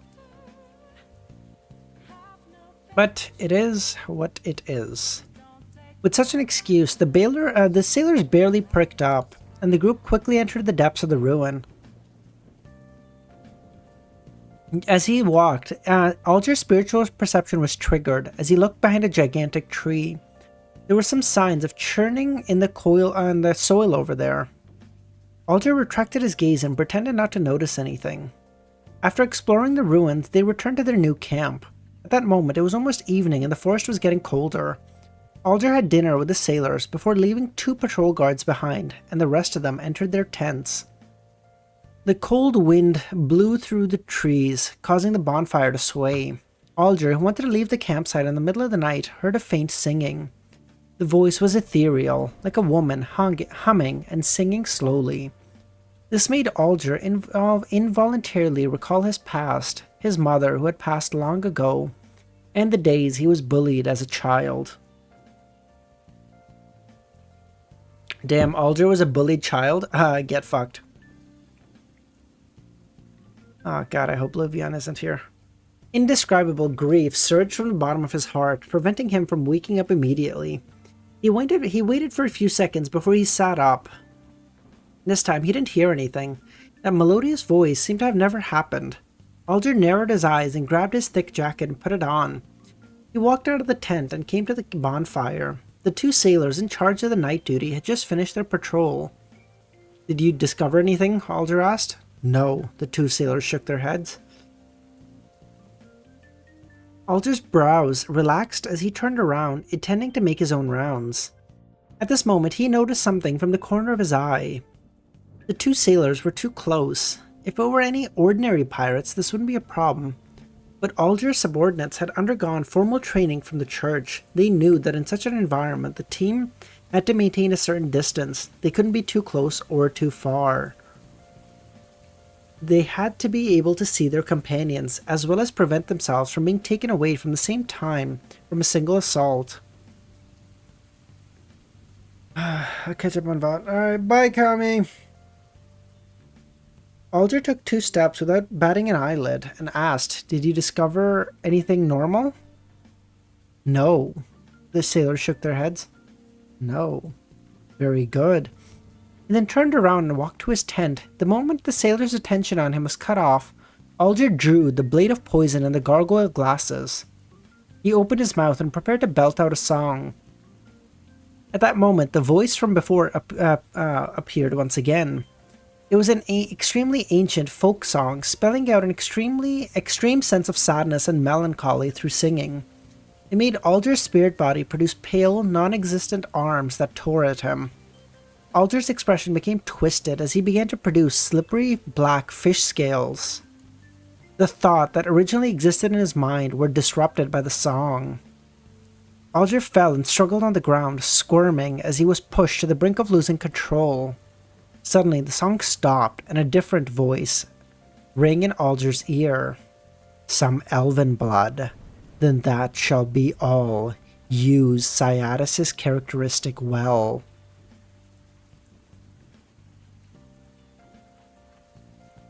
Alger's forehead was covered in a cold sweat as he slowly got up. He didn't know when a figure appeared in his tent. It was a woman with black hair and exquisite facial features.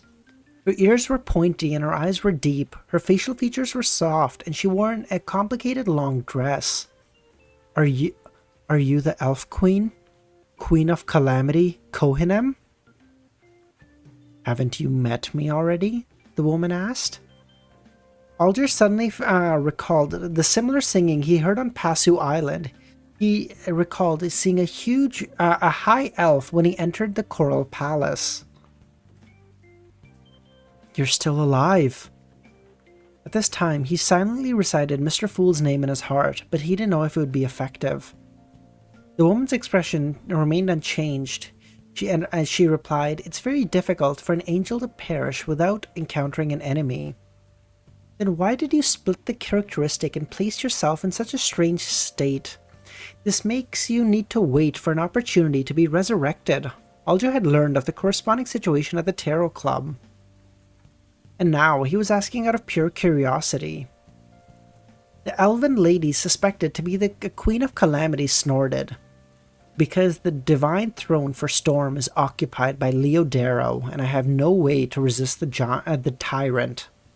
Also, the elves are dwindling in numbers, my anchors become increasingly unstable. Other people might not know who Leonard was, but Alger knew very well, and he didn't dare continue this topic. Just as he wanted to ask Kohenam's goal for coming, the Elf Queen said, "Do you wish to become a demigod?" I fucking told you! Alger's gonna get his... Oh god, Alger's so goated! Let's go, baby! What? All I have to do is fucking cheat the Lord of Storm in 2 different ways? Fuck yeah, totally in, baby. Fuck him. Leo Darrow. Who likes that guy? She wants to use my body to revive? She wants to use my wish to advance to sequence 4 as bait? Alger was tempted, but questions arose in his mind. Considering how Mr. Fool could cleanse all kinds of corruption, he felt this was an opportunity. But this made him recall a term that Roselle had once mentioned, a Trojan horse. That's so funny to me, dude. Just a fucking, oh my god, Trojan horse. These guys are all actually fucking nerd. They're all comp sci nerds. Oh my god. And now he had a high chance of bringing in the Trojan horse and throwing the invaders within. What do you want me to do? Alger asked. Queen of Calamity observed for a few seconds before saying, "When you have the right to make contact with the Book of Calamity, take out something that no one will notice and take it to the Western Continent." The Western Continent? The legendary home of the elves? Hasn't the Western Continent disappeared? Alger asked. Since it disappeared, it will reappear. It will definitely appear when the apocalypse happens. You don't have to personally send that item to the Western Continent, but you can entrust someone trustworthy. Although I'm not skilled at curses, I can make you die in pain from breaking our agreement. But if the continent doesn't appear, or if it can't be entered, what do I do? If it really doesn't appear, then the agreement will be null and void. Perhaps entering the Western Continent requires an incantation or command, but I do not know what it is. But you can ask a particular existence. Who? Alger asked. The fool you were chanting in your heart just now.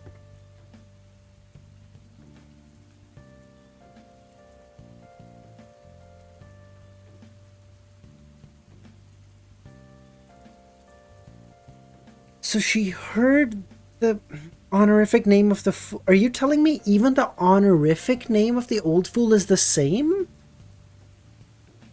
What?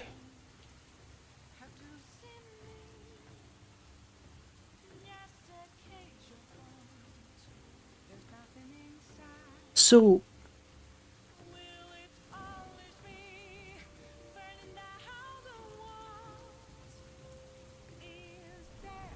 how long was the old Mr. Fool alive? Because Kohenam knows him, so that puts him around Second Epoch. And Thing knows him, and Palazoroas knows him, so that puts him late Third Epoch, early Fourth.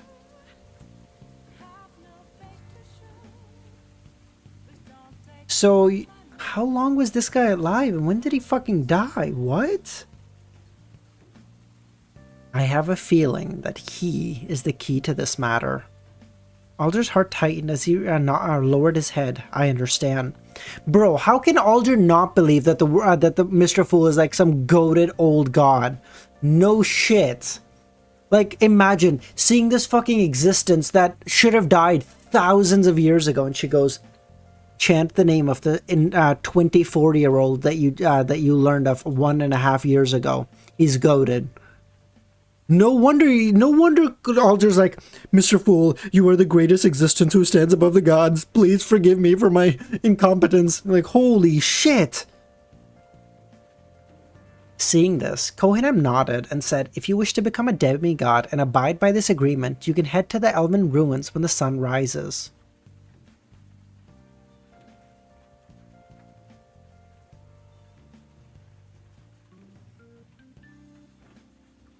Alger's gonna get the characteristic right now?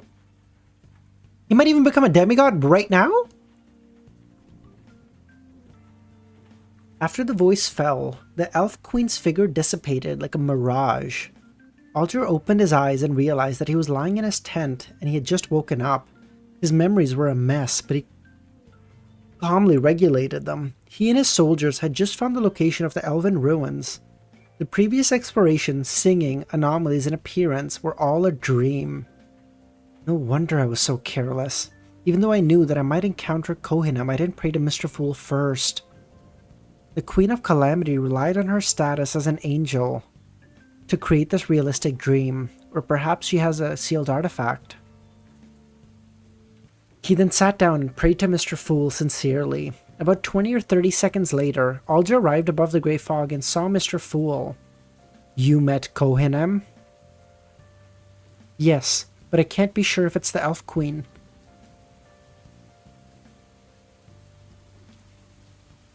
Alger's like, actually, he's like, listen, Leodero, I've already like kind of forsaken you kind of already anyway. So at this point, let's go all the way, okay? Let's just betray you again. Who even cares?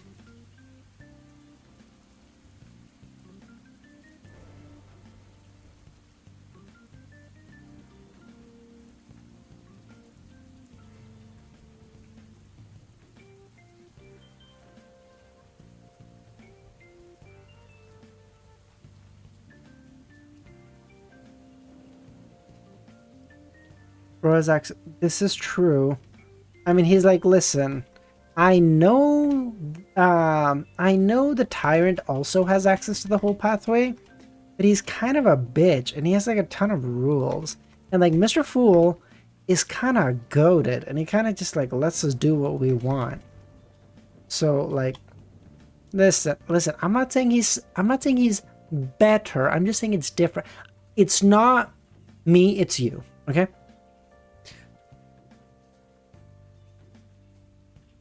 I mean, Alger has access to it?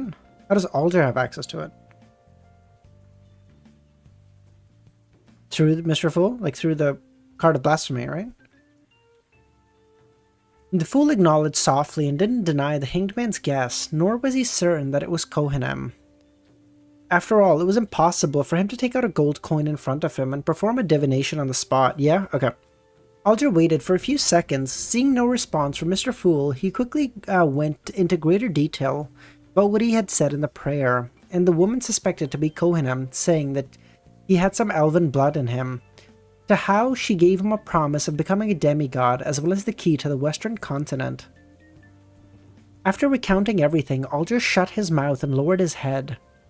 Oh my god, Klein probably wants to go to the western continent so much because western continent is China, and he probably wants to go home even if just to see if there's anything left of his home.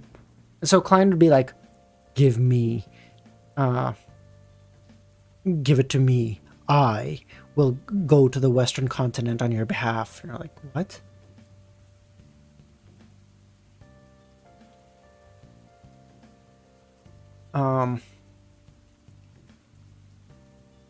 After recounting everything, Alger shut his mouth and lowered his head, not directly daring to ask Mr. Fool what he thought.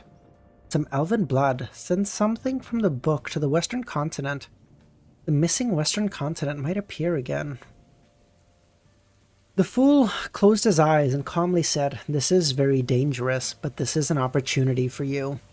He had already gained initial control of Sephira Castle, and the power he could mobilize had reached the level of a Sequence 2 angel. As for Kohanem, she couldn't be higher than this level. Therefore, he was confident that he could resist her, the various accidents that she could bring forth. Oh yeah, all the same, true. It was precisely because of this that he dared to claim it to be an opportunity for the Hanged Man.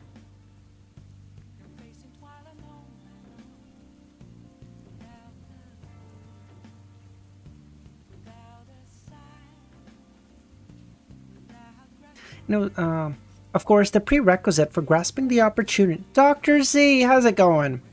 Of course, the prerequisite for grasping the opportunity was that the Hanged Man wasn't rash or went overboard. He had to constantly remember to ask for protection at all times. There's a crude joke to be made there, but I won't. Therefore, Klein specifically emphasized that it was very dangerous. This short sentence had two meanings, but he believed that the Hanged Man would understand. Alger was delighted as he said, "My faith lies only with Mr. Fool." These words made Klein feel uneasy as he remembered the pain of being drowned by endless lightning. I love how Klein is like, "Damn bro, but your god is kinda annoying as fuck to deal with."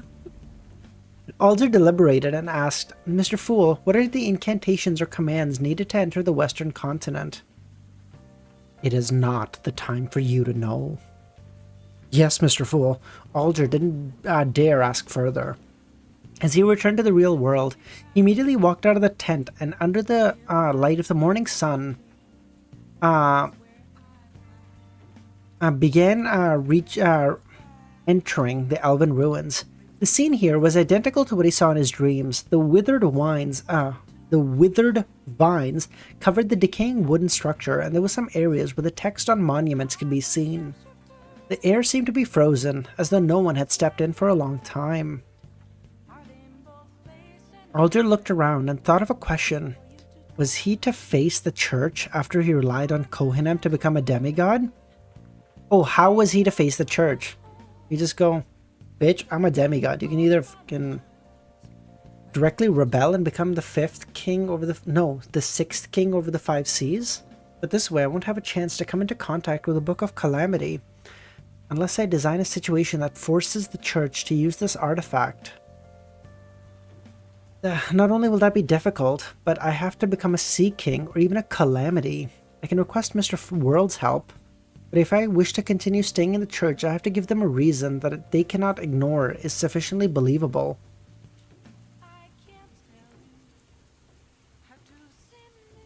In the eyes of the sailors who followed him, this was a sign that he was worried about the ruins. As his thoughts churned, Alger came up with another idea. There are many books in the church that have records of people turning into demigods due to fortuitous encounters. 2/3 of them were invaded by evil gods and devils and lost their lives. But 1/3 of them passed the test and became a high-ranking deacon or cardinal. Now that in 5 minutes there will be an angel... Now that the war has broken out, the situation in Lone is tense. As long as there are no problems during the investigation, the church wouldn't mind having an additional demigod as cannon fodder. The prerequisite for all this was that the Kohanem hadn't truly attempted to corrupt him. Mr. Fool would have cleared that long out, buddy boy. What, you think Kohanem can get past Mr. Fool? Mere subsidiary god? According to the various sealed artifacts in the church's possession, I have to pray to Mr. Fool's blessings ahead of time. According to Miss Justice, Angel's Embrace can hide one's true thoughts. With the member of the Tarot Club beginning to become demigods, or about to become demigods, Alger felt that he didn't wish to be lining the bottom of the barrel. Just like in the past, he had done so many things in the church, all for the sake of being superior to others, so he was naturally willing to take a risk. I love how Alger is like, I cannot be average. I must. I cannot have Miss Justice look down on me.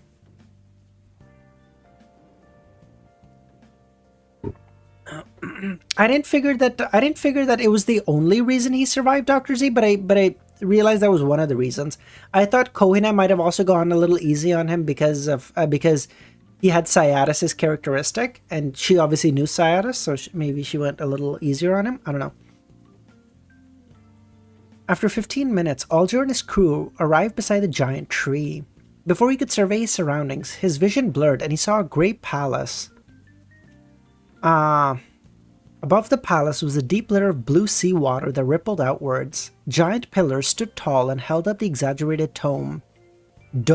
It was tall and beautiful, but also dark and gloomy. Alger looked around and realized that all the sailors beside him had disappeared. He immediately knew that he might have been pulled into an illusion. I doubt it, Ramiro, because... I doubt it, because he would fucking lose. I feel like Kohenam could come across Alger and go, you couldn't kill her. Yeah, you couldn't kill her, you're fucking weak. He took a deep breath and walked into the coral palace. There were many elves inside. They were either roasting fish or placing spices in the coagulated animal blood. Their choice of utensils were 2 tree branches to bring the food to their mouths. Chopsticks, very cute. None of them minded the entrance of strangers. Alger then cast his gaze to the 9 stairs 100 meters away. On the steps there was a coral throne inlaid with sapphire, emerald, and pearls. The elf queen, Kohenam, was sitting there looking down at Alger. Very good, Kohenam nodded as she threw out the exquisite gold wine glass. The gentle but resilient wind held the wine cup in its embrace and carried the item towards Alger. Alger reached out to receive it and looked down, discovering that there was a blue liquid inside the cup. Drink it and then head to the waters near Saimim Island off the Rorstad Archipelago. Find this palace. Inside. The thing you want is inside. If I don't drink this wine, I won't be able to see the palace? Alger asked. Although he was facing an angel, he was still able to communicate calmly, because he had met a mighty figure every week and was used to the situation. Oh, that's based. Kohenam nodded. That's right. Will you leave a mark on me? Alger asked. Yes. So before entering the palace and obtaining the corresponding items, do not return to Passu Island. You cannot meet the angels under Leodero.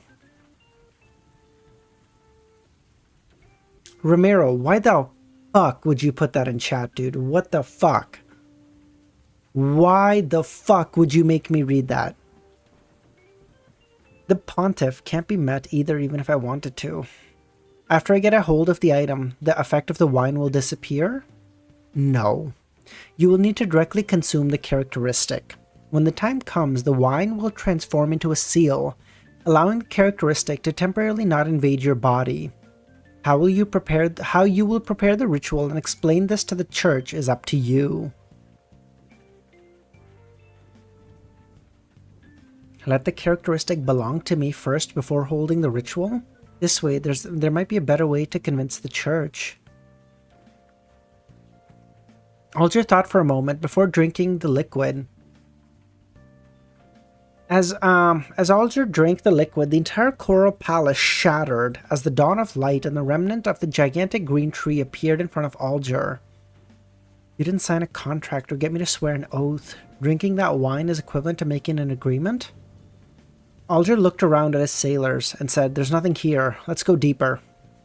In the ancient palace, Klein also retracted his gaze. That's Cyatus and Mobet's grave. I never expected that golden cup to have such an effect. That is indeed Kohenam. How's her present condition? Half of it is in the Book of Calamity, while the other half is hidden somewhere? She's using the cup or the characteristic to influence reality.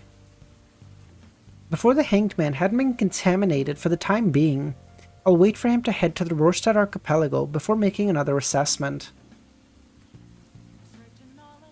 As his true body had a limited amount of time in the historical void, Klein didn't stay any longer as he returned to the wilderness. As he walked, he turned his head to look east, which was symbolic of where Chernobyl was. Once I gather enough information about the demonic wolf, I'll head east, walk all the way until I reach the boundary and confirm the situation. Then I'll consider the matter of the Miracle Invoker characteristic. Amon probably wouldn't expect that since I would suddenly leave. He knows the past of the dark demonic wolf.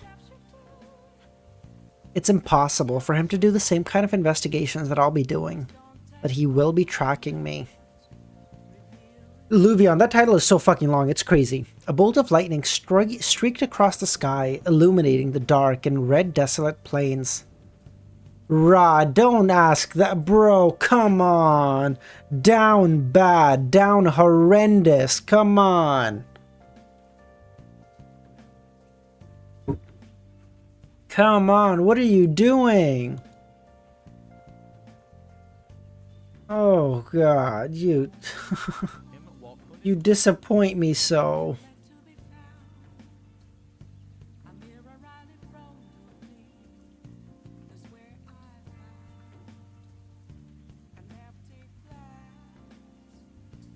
That's crazy. Klein dragged out a black umbrella from the historical void as it began raining. With one hand holding the umbrella and the other the lantern, he proceeded alone. Fuck you, Merlin. Fuck off. About a week later, the future was docked somewhere along the long, lone coastline.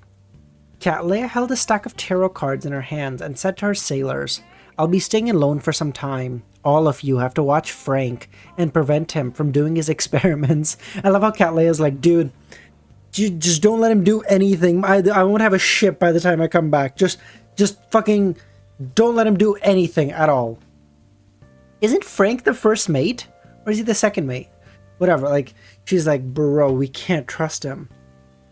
Yeah, Audrey, I think we'll end it there for today. I don't think I'll read anymore.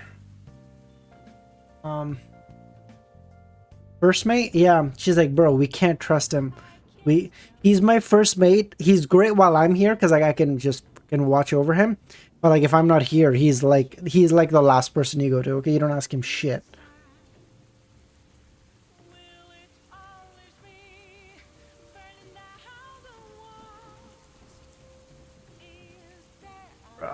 Oh my god, Romero, what are you doing to me?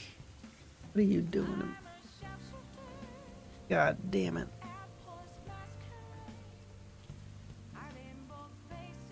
Kohinam. She's very pretty, good lord. Listen, you can say what you want about Sonya Theron, but the guy has good taste, okay? Kohinam the elephant. This is cool. This is very nice. Sephira Castle icon. This reminds me of like a Star Wars icon. Kohinam, yeah. It's not that good, but a bit interesting. Leo Terra. What the fuck?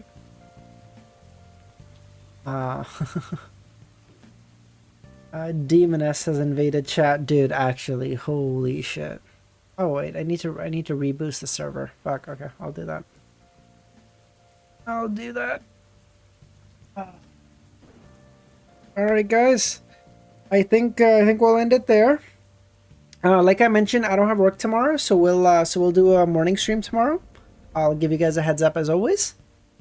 But yeah, thank you so much everyone for coming. Have a great rest of your day or nights, and I'll catch y'all in like, I don't know, like 12-14 hours or something. All right, bye guys.